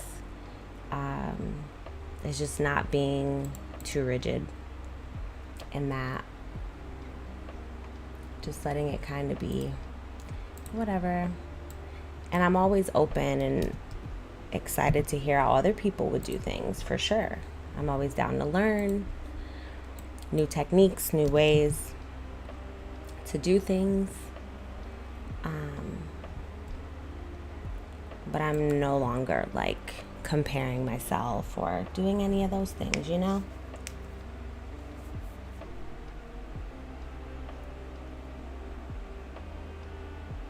Yes, exactly. There are no rules. It is literally about your journey. Are you having fun? It's like just focusing on the things that matter to you and your journey, because it's literally just you. You know? Are you having a good time? Are you learning? Does this, feed into your passion? Does it speak to what you like to do? I try to just focus on those things. Even when I'm picking things to model, some people love, doing characters and things like that. And it's like, I like doing characters at times, but I don't find myself in a flow state when I do those. I'm a lot more, it's a lot harder. So I try to stick to what I like, and I enjoy modeling. I enjoy like complicated pieces like this with little intricate details, and how detailed can I get? Yes, mistakes. That was my big reason for also wanting to do these, like mistakes, because I think that was a huge hindrance for me in the beginning of my Blender career. Is I would watch tutorials. I would literally put modeling tutorials on in the background, and I would just watch people like model these super detailed characters, and I'm like in awe. I'm like, how? And it's moving fast, and they're clicking every button the right way, and I'd be like, how are they doing this? And it's like, it's an edited video, so of course it looks perfect. So I know that's not realistic of my Blender journey. I'm constantly making mistakes. I'm constantly starting over. I constantly don't know what I'm doing. But the cool thing is I get there. I get there in the end. And I think that says a lot.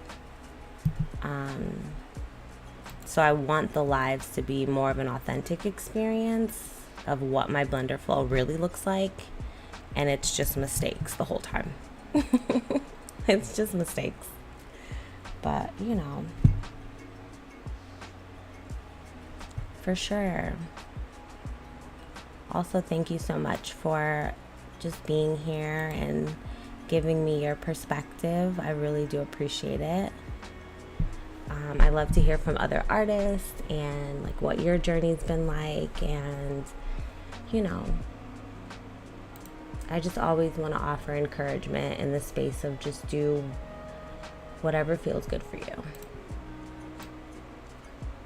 Everybody's going to be in a different place. Everybody has a different objective. It's okay. That's literally the world that we live in. And everybody has their own voice too. And I think that's been huge for me, just trying to figure out my voice in this space. So it would be so unfair of me to judge myself or compare it to anyone else's voice, because we're different. And we have different goals and different reasons for being here. So Blender does bring me calm, and that's what I try to use it for. So, yeah.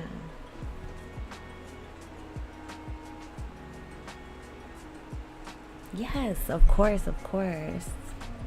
And thank you for, even chatting with me. I love it. And yes, you'll get there. You will get there. Everything takes practice, and every project you'll get a little bit better. You'll move a little bit more fluid. You'll remember certain shortcuts from previous projects. You just have to be patient. I think that's the biggest thing that I learned with Blender in the very, very beginning. I was wanting to make like a Zelda game. You know what I mean? I'm like, month 1, I'm making the new Zelda. And it's like, that's so unrealistic.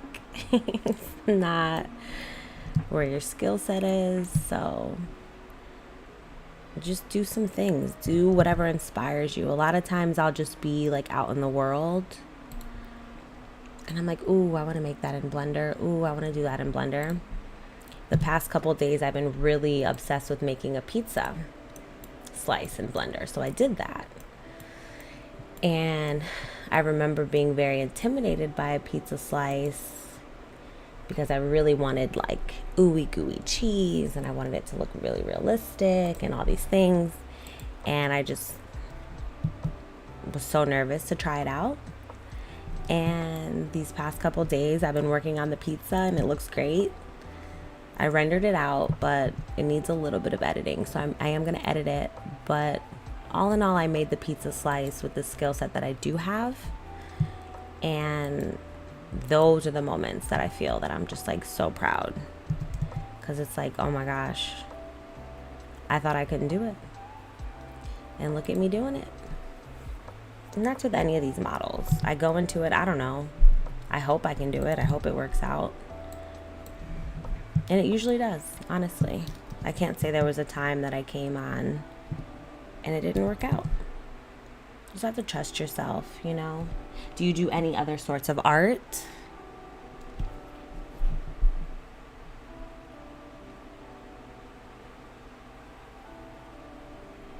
Yeah, it's true.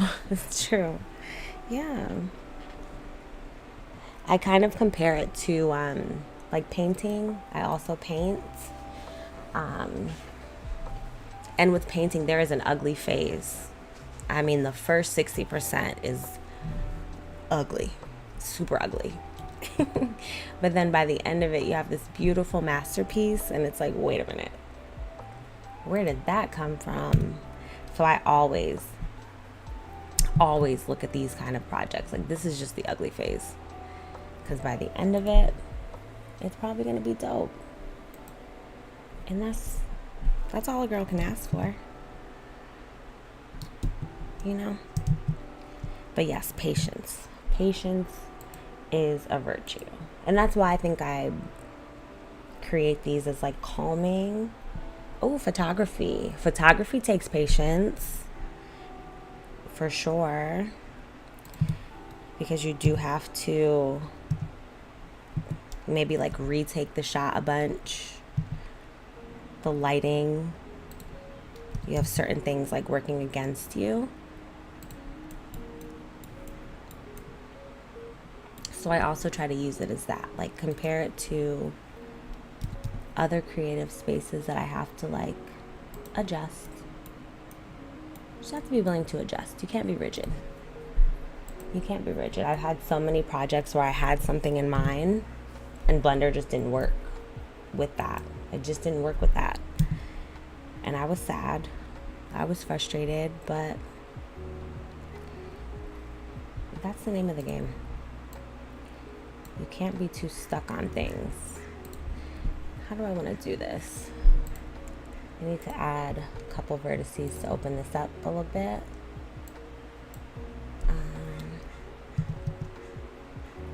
Yeah, there we go.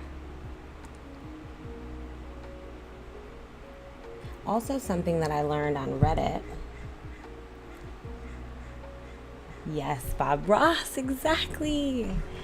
I love Bob Ross, and I love everything that he stands for, from the happy mistakes to, it's just not that deep. It's not life or death. It's not brain surgery. It's just some fun on the computer,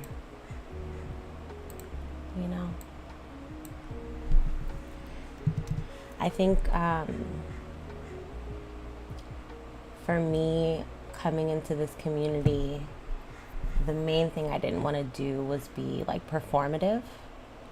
And I wanted to be honest and genuine with what my creative flow looked like. And if I'm being honest, when I'm home, when I'm just working on a project, I'm not like hype, I'm not loud, I'm not doing too much. I'm just chilling, doing my little blender art. And I think in my regular work life, I bartend in Los Angeles, and I feel that is very performative, and it is very loud and big energy, and it does take a lot from you. So when I finally get moments like this, like I love Monday Lives because this feels so true to self for me, and pure with like who I am. So I didn't want to get on here and be like big and rah rah rah and loud and doing all this, because I knew that wasn't sustainable in this space for me. Which is why I was like, when I'm modeling, I have a little lo-fi in the background or whatever album I'm listening to at the time, and I'm just playing around, and I want to stay honest to that and true to that.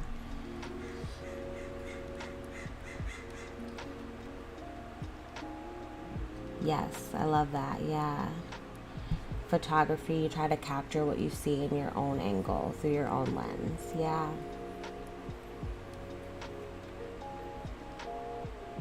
Yes, it's really true. And even lighting. I took a couple Houdini courses, and or was this Unreal? I forget. Oh no, this was Unreal actually.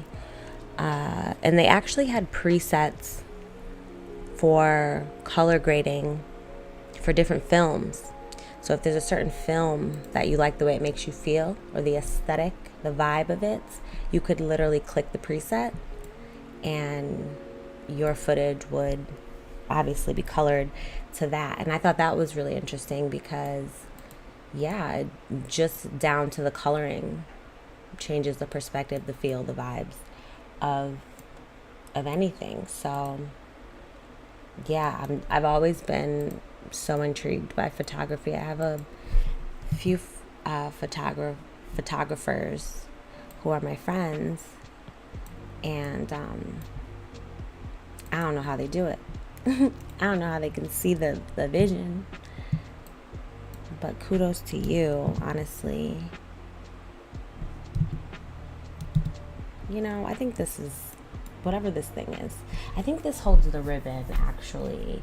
I'm just trying to remember back from when I was a little girl what these different pieces did. Let me scale this down a whole bunch. This is huge.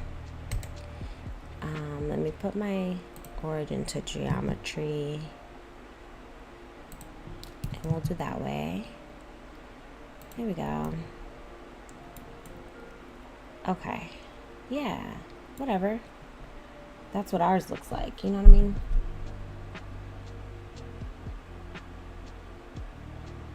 Yes, thank you for saying that. Yeah, I feel like I like to say in real life, I'm like a 60% introverted, 40% extroverted. I love, meeting people, being outside, creating the vibes, all that. It's all fun. But it definitely gets exhausting. it definitely gets exhausting, and I think that's why I kind of gravitate to these sorts of outlets, because yeah, you just get to chill. You just get to chill. There's no real rules, and I like that. I like that a lot. I do want to find, I kind of feel like I need a blueprint, because now we're getting into the thick of it. We're getting into the details, and I want this part to really give. Well, you know what? We can do these pieces. This part's available to us, so let's work on that. My best friend, she needs me to pencil her in for some gossip tomorrow evening. We love a scheduled gossip session. All in. All right, let's go ahead. I'm also really excited to work on the watercolor shader. I'm really excited to see how I would go about doing that. I did ask ChatGPT how I would go about doing that, and of course she gave me all the answers.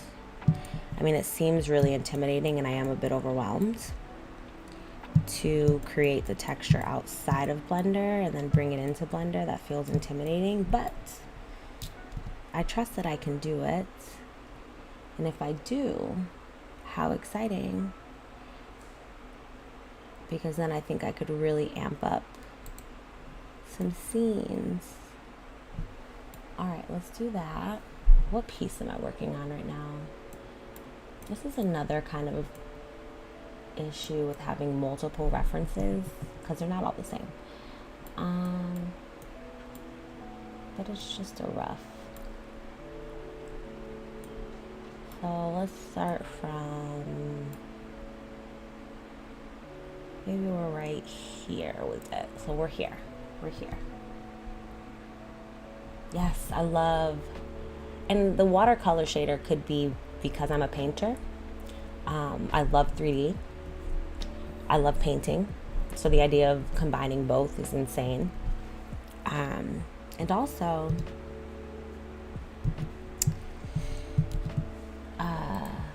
I took a perspective drawing class 2 semesters ago. And the idea and the reason behind that was I wanted my paintings to look as though you could walk into it. The depth of a painting is so interesting to me and so exciting, which is why I think I love 3D, because the depth is here for you. You can go as insane as you want when it comes to that. So this idea that I would be able to create 3-dimensional objects,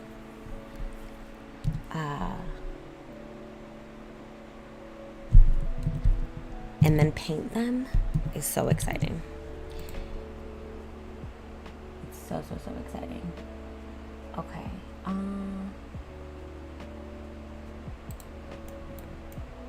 How's that? I think that's fine. I think that works.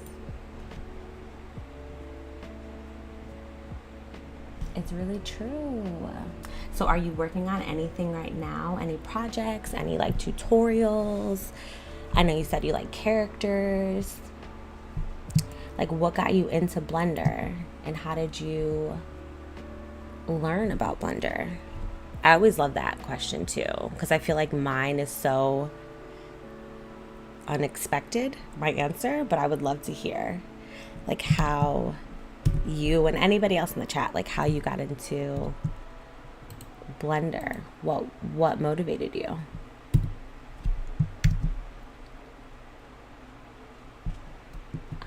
Let's do Alt S maybe. Along normals. Maybe just regular scale then.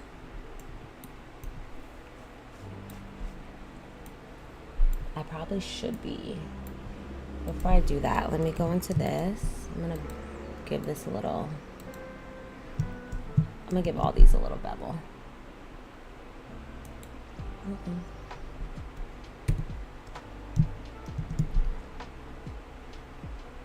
Too many.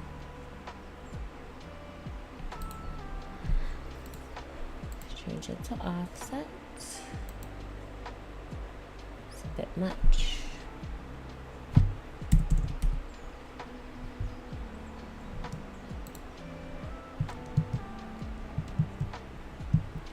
Okay.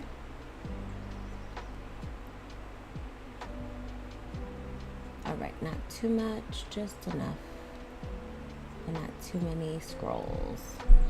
I learned about Blender the moment I found out I can make my own 3D game. Yeah. Yes. I'm always so fascinated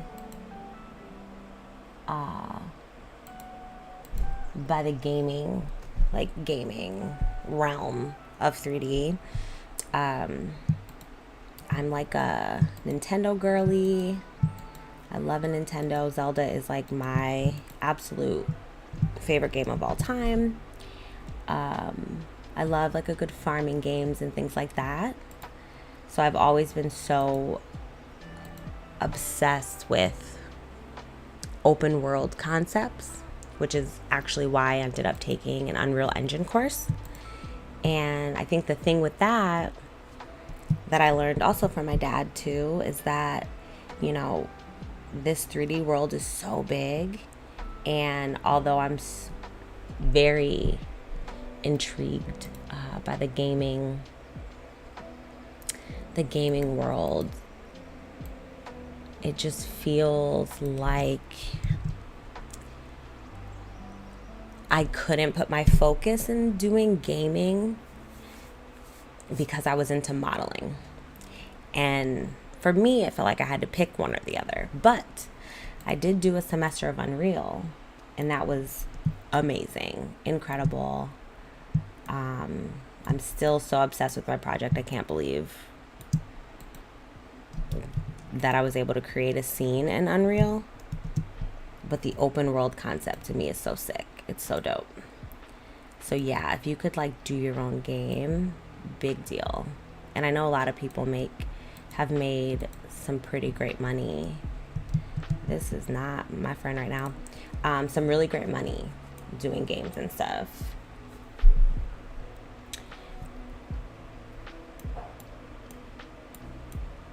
I learned about Blender from T-Pain. And not like personally, he didn't hit me up and say, "Hey Mo, do you know about Blender?" I want to tell stories through video games. Yes, Tomb Raider, one of the greatest of all time. Small short story, retro vibes. Yes. Same Z's. Definitely a 90s, 2000 nostalgic girly. For sure.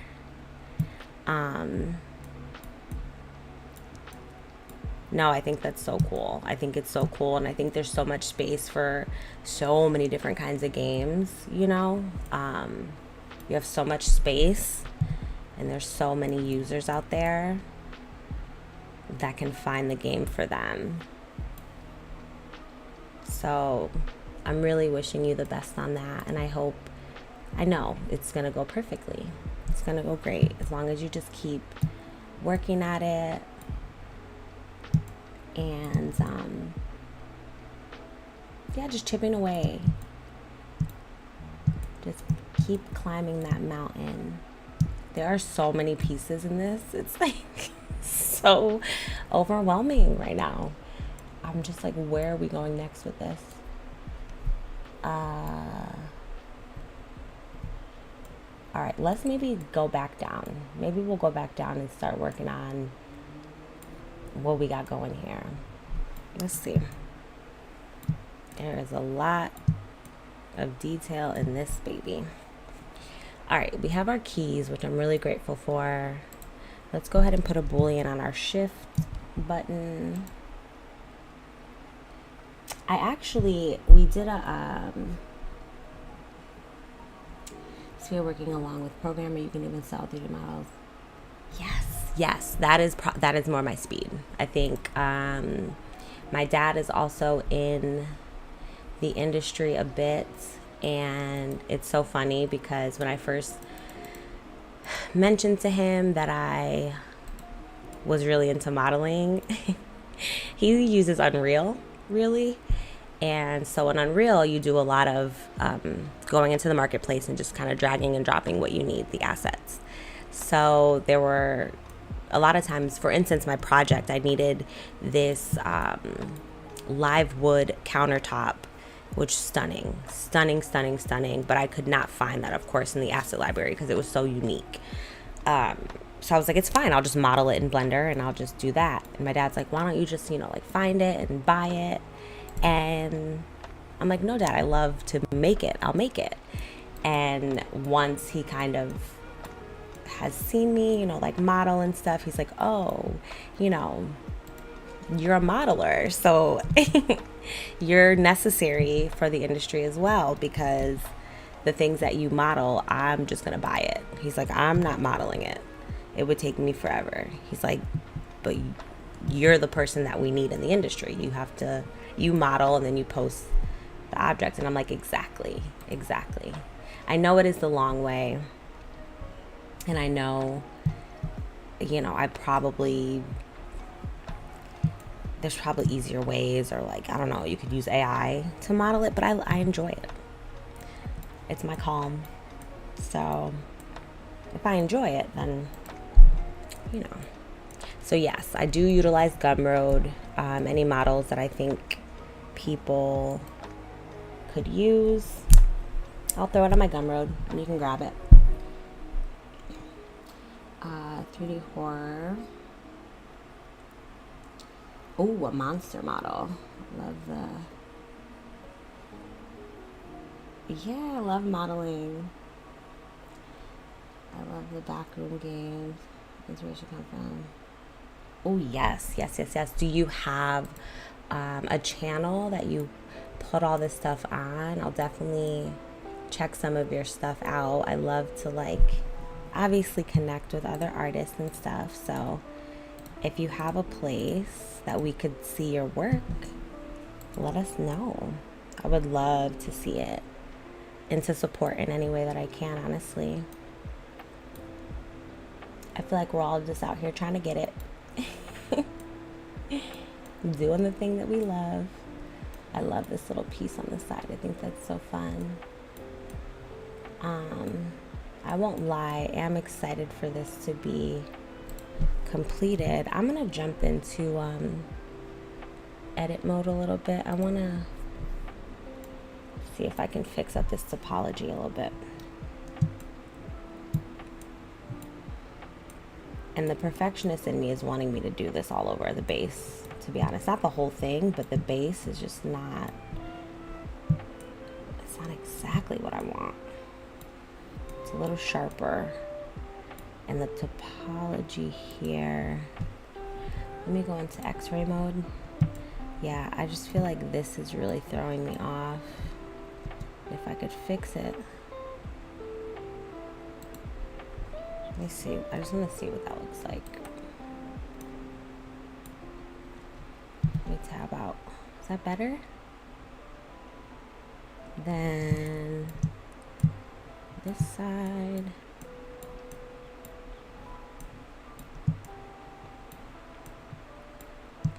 Yeah, because it's just weird, the topology right now. But I think it's the way that I extruded. I just really wasn't paying attention to that. I think also I'm there with my Blender skills, is I'm just in a place of wanting to focus on topology and to make sure I'm using the right amount of polygons and all those. In the very beginning, man, I'm pulling whatever I need to pull to get the job done.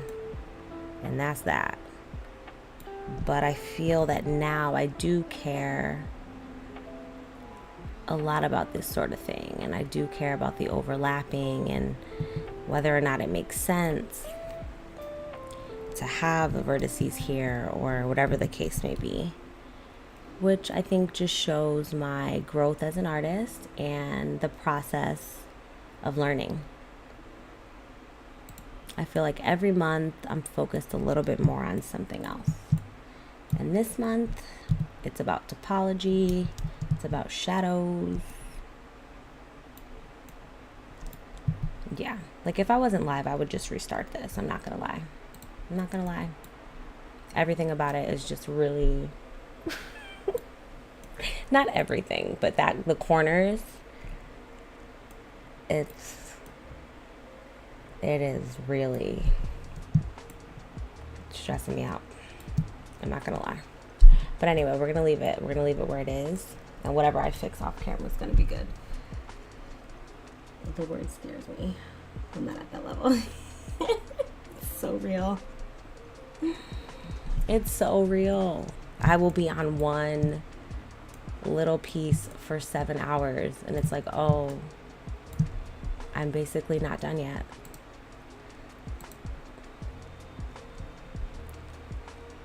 That's one thing that I've been trying to release, just like the perfectionism of it all. But if I am looking to get into the world of modeling professionally, I do have to have a piece of me that at the minimum notices where things could be a little bit better, at the minimum. And I think that's just kind of where I'm at in my journey right now. I'm just like,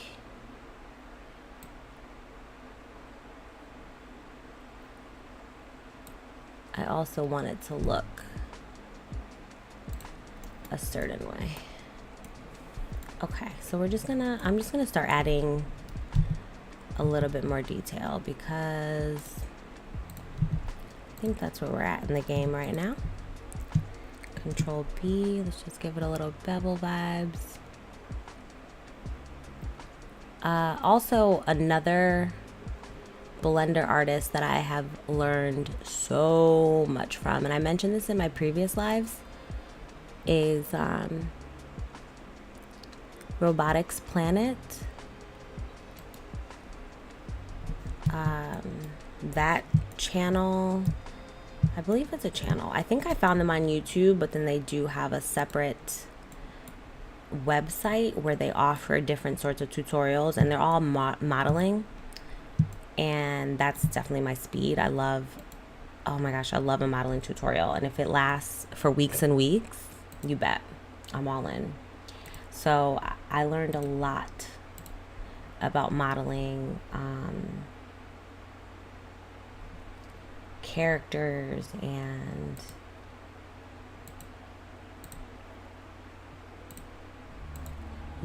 modeling characters, little robots in Robotics Planet. I really, really enjoy their tutorials. I think it's a group, and it'll be different people teaching different things. But I did do a robot tutorial. I still have it. CG Boost. And it's called Robotics Planet. That's the name of the tutorial. I still have not finished, because they also add on to it. So I think I've done 2 models. So you definitely get your money's worth. I think it's like $70. But they do sales and things like that. But that has helped my modeling. I've gained a lot of tools. I've gotten really confident with booleans. Even this what do you call it? Like add an object like straight onto your mesh. I learned that from them as well. So it's like you can draw directly onto your geometry, and then you can extrude.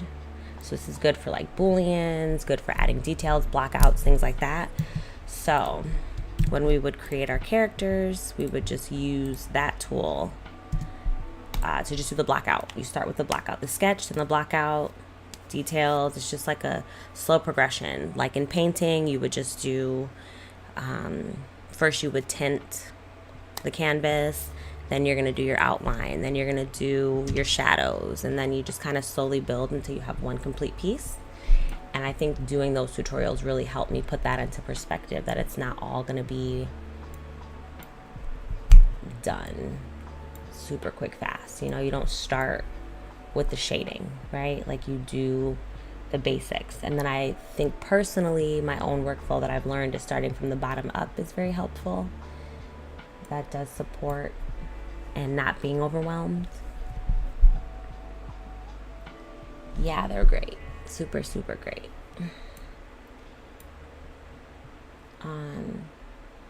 Okay, I'm trying to think where else. Let me double mirror this. I'm going to mirror it again. But this time we'll mirror on the Z. Z? Maybe I need to get this because these are not going where they need to go. Whoops. Let me get rid of this.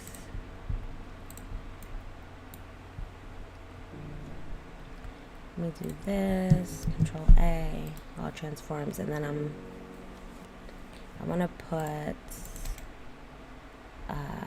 origin.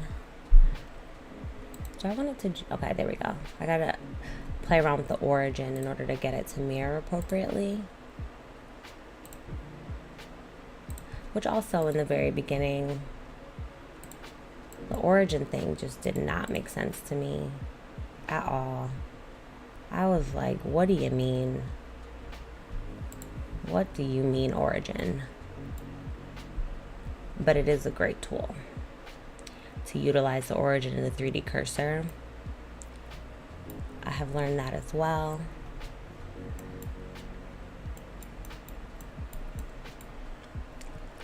Okay. I'm pretty certain I have to apply it before it'll start working again, so we'll see. I'm following Joey Carlino's videos for every basic Blender basics and watching the One Union Dev. Oh, nice. I don't know Joey, so I will definitely check him out. I love finding new artists on YouTube, especially for Blender. Of course, I got started with Blender Guru. Oh, another huge one for me in my journey is Ducky 3D. He uses a lot of geometry nodes, which I think it would be fun to add a geometry workflow to the lives as well. There's a lot of satisfaction in building with geometry nodes because if you understand what's going on with the node, you can really come up with some really cool procedural stuff that doesn't weigh your computer down too much. So I've always been so in love with the idea of geometry nodes. Those are really, really cool to me. So Ducky 3D is fantastic. He does a lot of looping tutorials. So if you're into that kind of thing too, he's great. Yeah. To use a drawing tablet or just, well, right now I have a mouse. Right now I have a mouse, but I do have a drawing tablet. I have a Wacom drawing tablet as well. My mentor, who was teaching me post-production in Flame, recommended the Wacom drawing tablet. That's really good for the workflow for that, for the post-production there. So I use that a lot for that sort of thing, but in Blender I find that I only use my drawing tablet when I'm doing grease pencil, which I've done a couple times, and yesterday I did use it for, what was I drawing? Was it the, oh, I was sculpting the cheese. I was sculpting the cheese on my pizza. So I will pull it out if I jump into sculpting, but I will say that sculpting intimidates me at times because I find that once you start going deep into sculpting, you definitely need to save a duplicate. We'll start there. So that's one. And I just know once you start moving things around and sculpting, you could really ruin what you got going. And I think that is why I tend to stay a little bit further away from sculpting, but I do have the tools to really dive into it. And I know one day I will. Once I'm heavier into characters.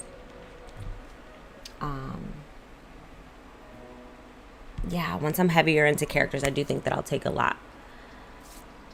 I'll take advantage of my drawing tablet a lot more. But for now, I just use it for grease pencil if I use it. I've done a couple models where I added some scribbles and things. And then when I did do my typewriter bot that I showed in the beginning of this stream, I did sketch that out in Blender on my drawing tablet as a reference. I just did a sketch. So a little bit. I have it, you know? Yeah. Oh, the donut. The donut still to this day is one of my best renders. It was beautiful. It's stunning. I love my donut.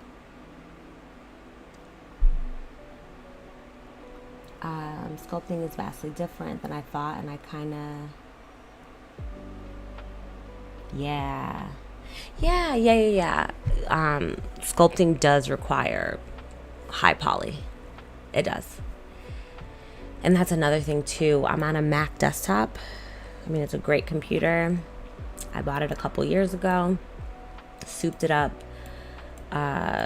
because I wanted to be able to handle, render times and cycles and all that. And my Mac desktop still struggles tremendously in cycles, which is why I'm also building a PC at the moment. I'm 3 pieces away from having a fully functional PC system. So I'll have both, which is really exciting. Like I mentioned, I was doing Houdini and love Houdini for the procedural aspect of it. It's 3D modeling, but all procedural, which is insane. So the workflow is crazy. What you can do is crazy. Next to Blender, Houdini is really up there in my favorite softwares to work with, but it is so heavy on your computer. And once I get into fluid simulations, my computer just cannot. It just can't handle it. So sculpting kind of does the same thing. Once I add a bunch of polys, the sculpting's really slow and it's responding a little late. So but I know once I have a computer that can kind of handle anything, the sky is the limit, really. Which is also why I kind of don't do as much fluid simulations even. It's probably one of my favorites, fluid simulations. But it weighs my computer down a whole lot. A whole lot. So that matters too. I mean, that also is a thing. My dad and I talk about this too. If your computer's slowing you up, if it's like clunky, if maybe you're working on a laptop and it just moves really slow, that can be discouraging. It can. So, if you can even make it through a model, it's like kudos to you, honestly. At this point, I'm kind of just winging it. I don't know what I'm doing. I'm kind of just in like a flow state, I think. I'm just gonna, create some pieces that I think would go onto the typewriter. I'm gonna find a blueprint, don't worry. I'm gonna find a blueprint and I'm gonna work on this off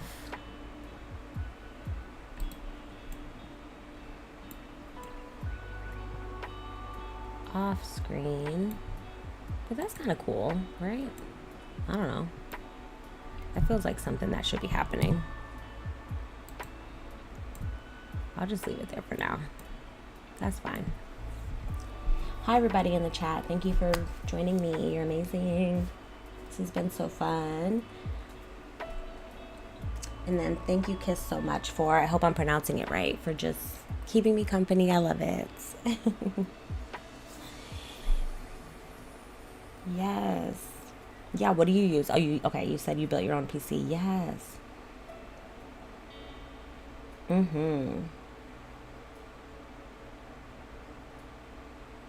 I know. I'm so excited. My dad he's built all of his computers, so he's been helping me, sending me all the pieces and everything I need. So I got the really cool, like purple and cyan blue. It should be really, really pretty once it's all together and everything's all lit up. I'm so excited. So that's definitely going to change. I'll have 2 screens finally. So that'll be really a game changer. All right, I think I'm gonna just go ahead and we'll use our Boolean for this. So let me, because at least we can get that piece done. So I'm gonna grab this on the Y and pull it down. Let me just apply the mirror and then I'm just gonna move it where I need to. So I'm gonna hit L and just separate them. So looking at this, I think this one needs to go over a little. Maybe like that. And I think that one's fine. Maybe we'll pull it over just a little. Maybe like that. And then one thing I noticed, if you do end up using this little, what is this called? What are these called? Whatever these are called. If you do end up using this and you want to go into Boolean, use it as a Boolean tool, just remember that it draws it on top of the surface. So in order for the Boolean to work, it needs to intersect through the mesh. So I'm going to pull it in so that it intersects so that Blender knows what I'm trying to do. So I'm going to just do that and just make sure it intersects with the mesh so that, you know, we don't run into no problems. And then what I'm also going to do is I'm going to Shift D and just keep a copy of this because we're going to be making our little details there. So I'm going to grab on the X. Another great tool that I would say that I learned from CG Boost is utilizing the geometry that you already have instead of creating new geometry. If you don't have to, I mean, by all means do what you want, but if you don't have to create brand new geometry, just use what you have. So if you need details on your mesh, let's say you wanted to put a border around the base, instead of starting from a cube and trying to match this up perfectly, you'll just go into edit mode, click what pieces of the mesh that you want to use and just duplicate it. And then you know, that just saves you a whole lot of time. And that was a really great tool that I learned. Save yourself time. And I think using the geometry you already have and blocking things out is critical for modeling. Critical, critical, critical. Oh, that's so sweet of you. To be gifted a built computer is crazy. That's so sweet. It's the ultimate thing that you could do for a creative, you know? I mean, my dad alone being able to help me and to know, because I have no idea what I'm doing. I'm just following instructions. But to have a dad that knows what to do and what to order, and for me to be like, hey, Dad, like, these are the things I'm struggling with as far as power goes. And he's like, all right, this is what you need. This is what needs to happen. I love that. So I know your brother will be so grateful. And I feel like once you build a computer once, you could do it over and over. I am a Mac girly though, so I will keep my Mac, but I'm appreciative of the fact that you can upgrade Windows. I think that's really cool. And in the 3D space, a lot of things are geared towards Windows. So a few times where I needed like height maps and things like that for mountains, and it was only available, the download was only available for Windows. So that's one thing I'm looking forward to, being able to use whatever. I won't be limited in resources in that way too.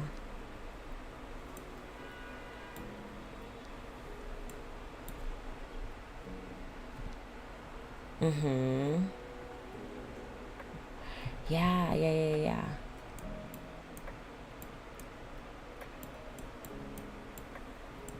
I'm gonna be honest, I don't know where to go from here.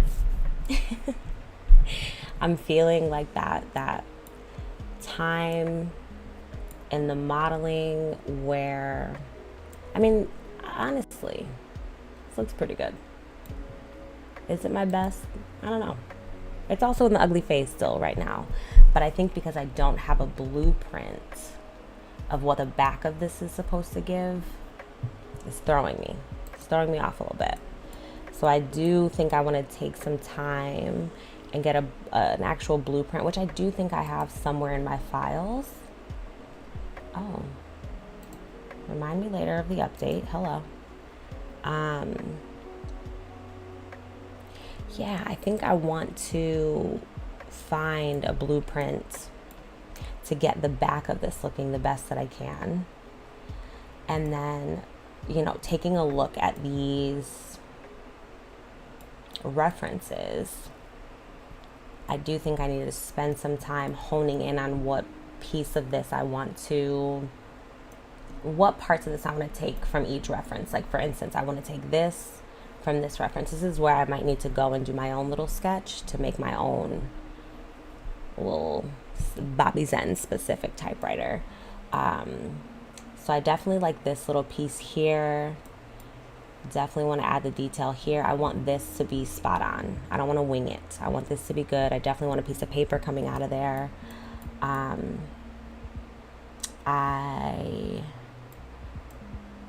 definitely am going to work on my watercolor shader. I would love to be able to create a piece of paper with some cursive on it. That could be really sexy in the grand scheme of it all. And then maybe even having a little scene. So I think we could take this into next week, because there's no rules. We do what we want. And I could finish this. Another tip that I have is I like to use text as ways to create these really fine details. If you go on Dafont, DAFONT.com, and just look up different fonts that equate to images, right? So if you press an A, it's, I don't know, like a bushel of flowers or whatever. And then you can use that as a text. So you can Shift A. Let me see if I could do that really quickly just to show. I don't know, people might do this all the time, to be honest, but I have my text here. I'm going to jump into isolation mode real quick. And this is a lot of times what I'll do. So you have your text, tap into edit mode. And then, so I'm going to go into my text, go into fonts. I'm going to go here. I think we used it last for one of my vintage. So let me go into my gumball machine, I believe it was. Let's see if I can find my gumball machine. Please hold, my friends. Gumball machine. Yes, okay, so I have this font. It's called Dingleberries.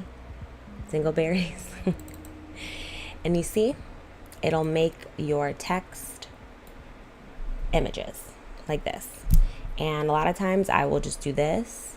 So I'm actually really excited to get into the detail because I can go onto font and I can find some images that work well with the design.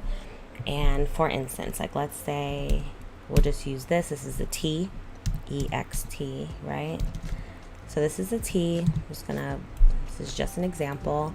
We'll rotate on the X90 so that it's standing straight up. If you look over here, we'll jump back out of isolation mode. And then I'm gonna scale this down a bunch.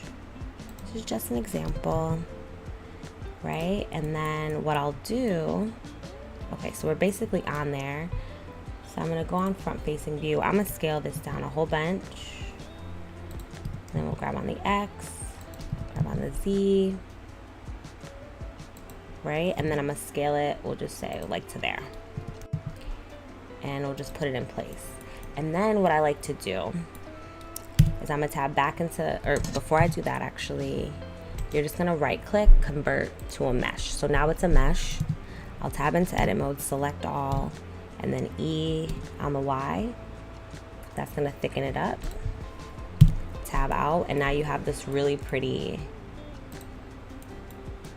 you know, like texture that you can add to your pieces. And I've been doing a lot of that in my vintage models because vintage models have such intricate details. There's no way I'm using a curve to create this or drawing it out even. So I love using this format to put the final touches on my models because I don't know, it's just something, it feels like I'm cheating a little bit, you know? But I really do love that. Like, that is so stunning. You know what I mean? If you add the right texture, you could even Boolean it.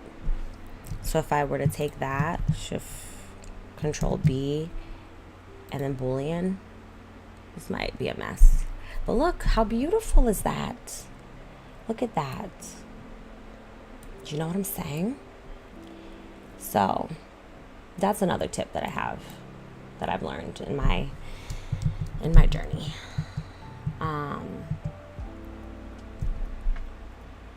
Yeah, you know, so I think I really do like doing that. So I think I'll gather some new fonts for myself as well to add some detail to this. So I think instead of forcing it and instead of pushing past my limit, I think I've reached my max. This has been one of the best lives that I've had. Again, Kiss, thank you so much for being a part of the live today. I'm so honored to have you. I'm so glad I got to get to know you a little bit. I'll definitely be back next week. We'll keep working on this. I'm going to push it a little bit further, maybe off camera. And I'm just going to keep on working on some other projects that I have in the background. I do have one that I want to upload today. So I'm just going to keep practicing. Just keep pushing.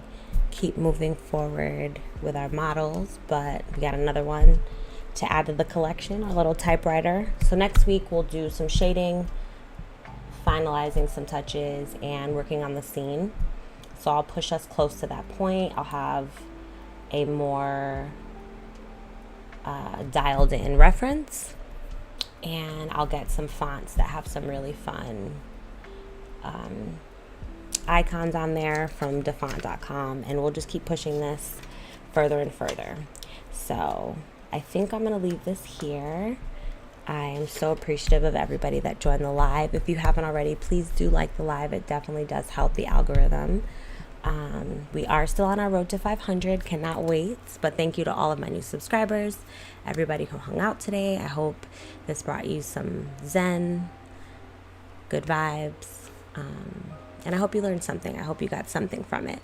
If you have any questions, comments, concerns, drop them down in the comments, and I will catch you guys in the next one. It's been so fun. Thank you. I'll see y'all next week. Have a great rest of your day, evening, or night, wherever you are. Bye, everybody. Thank you.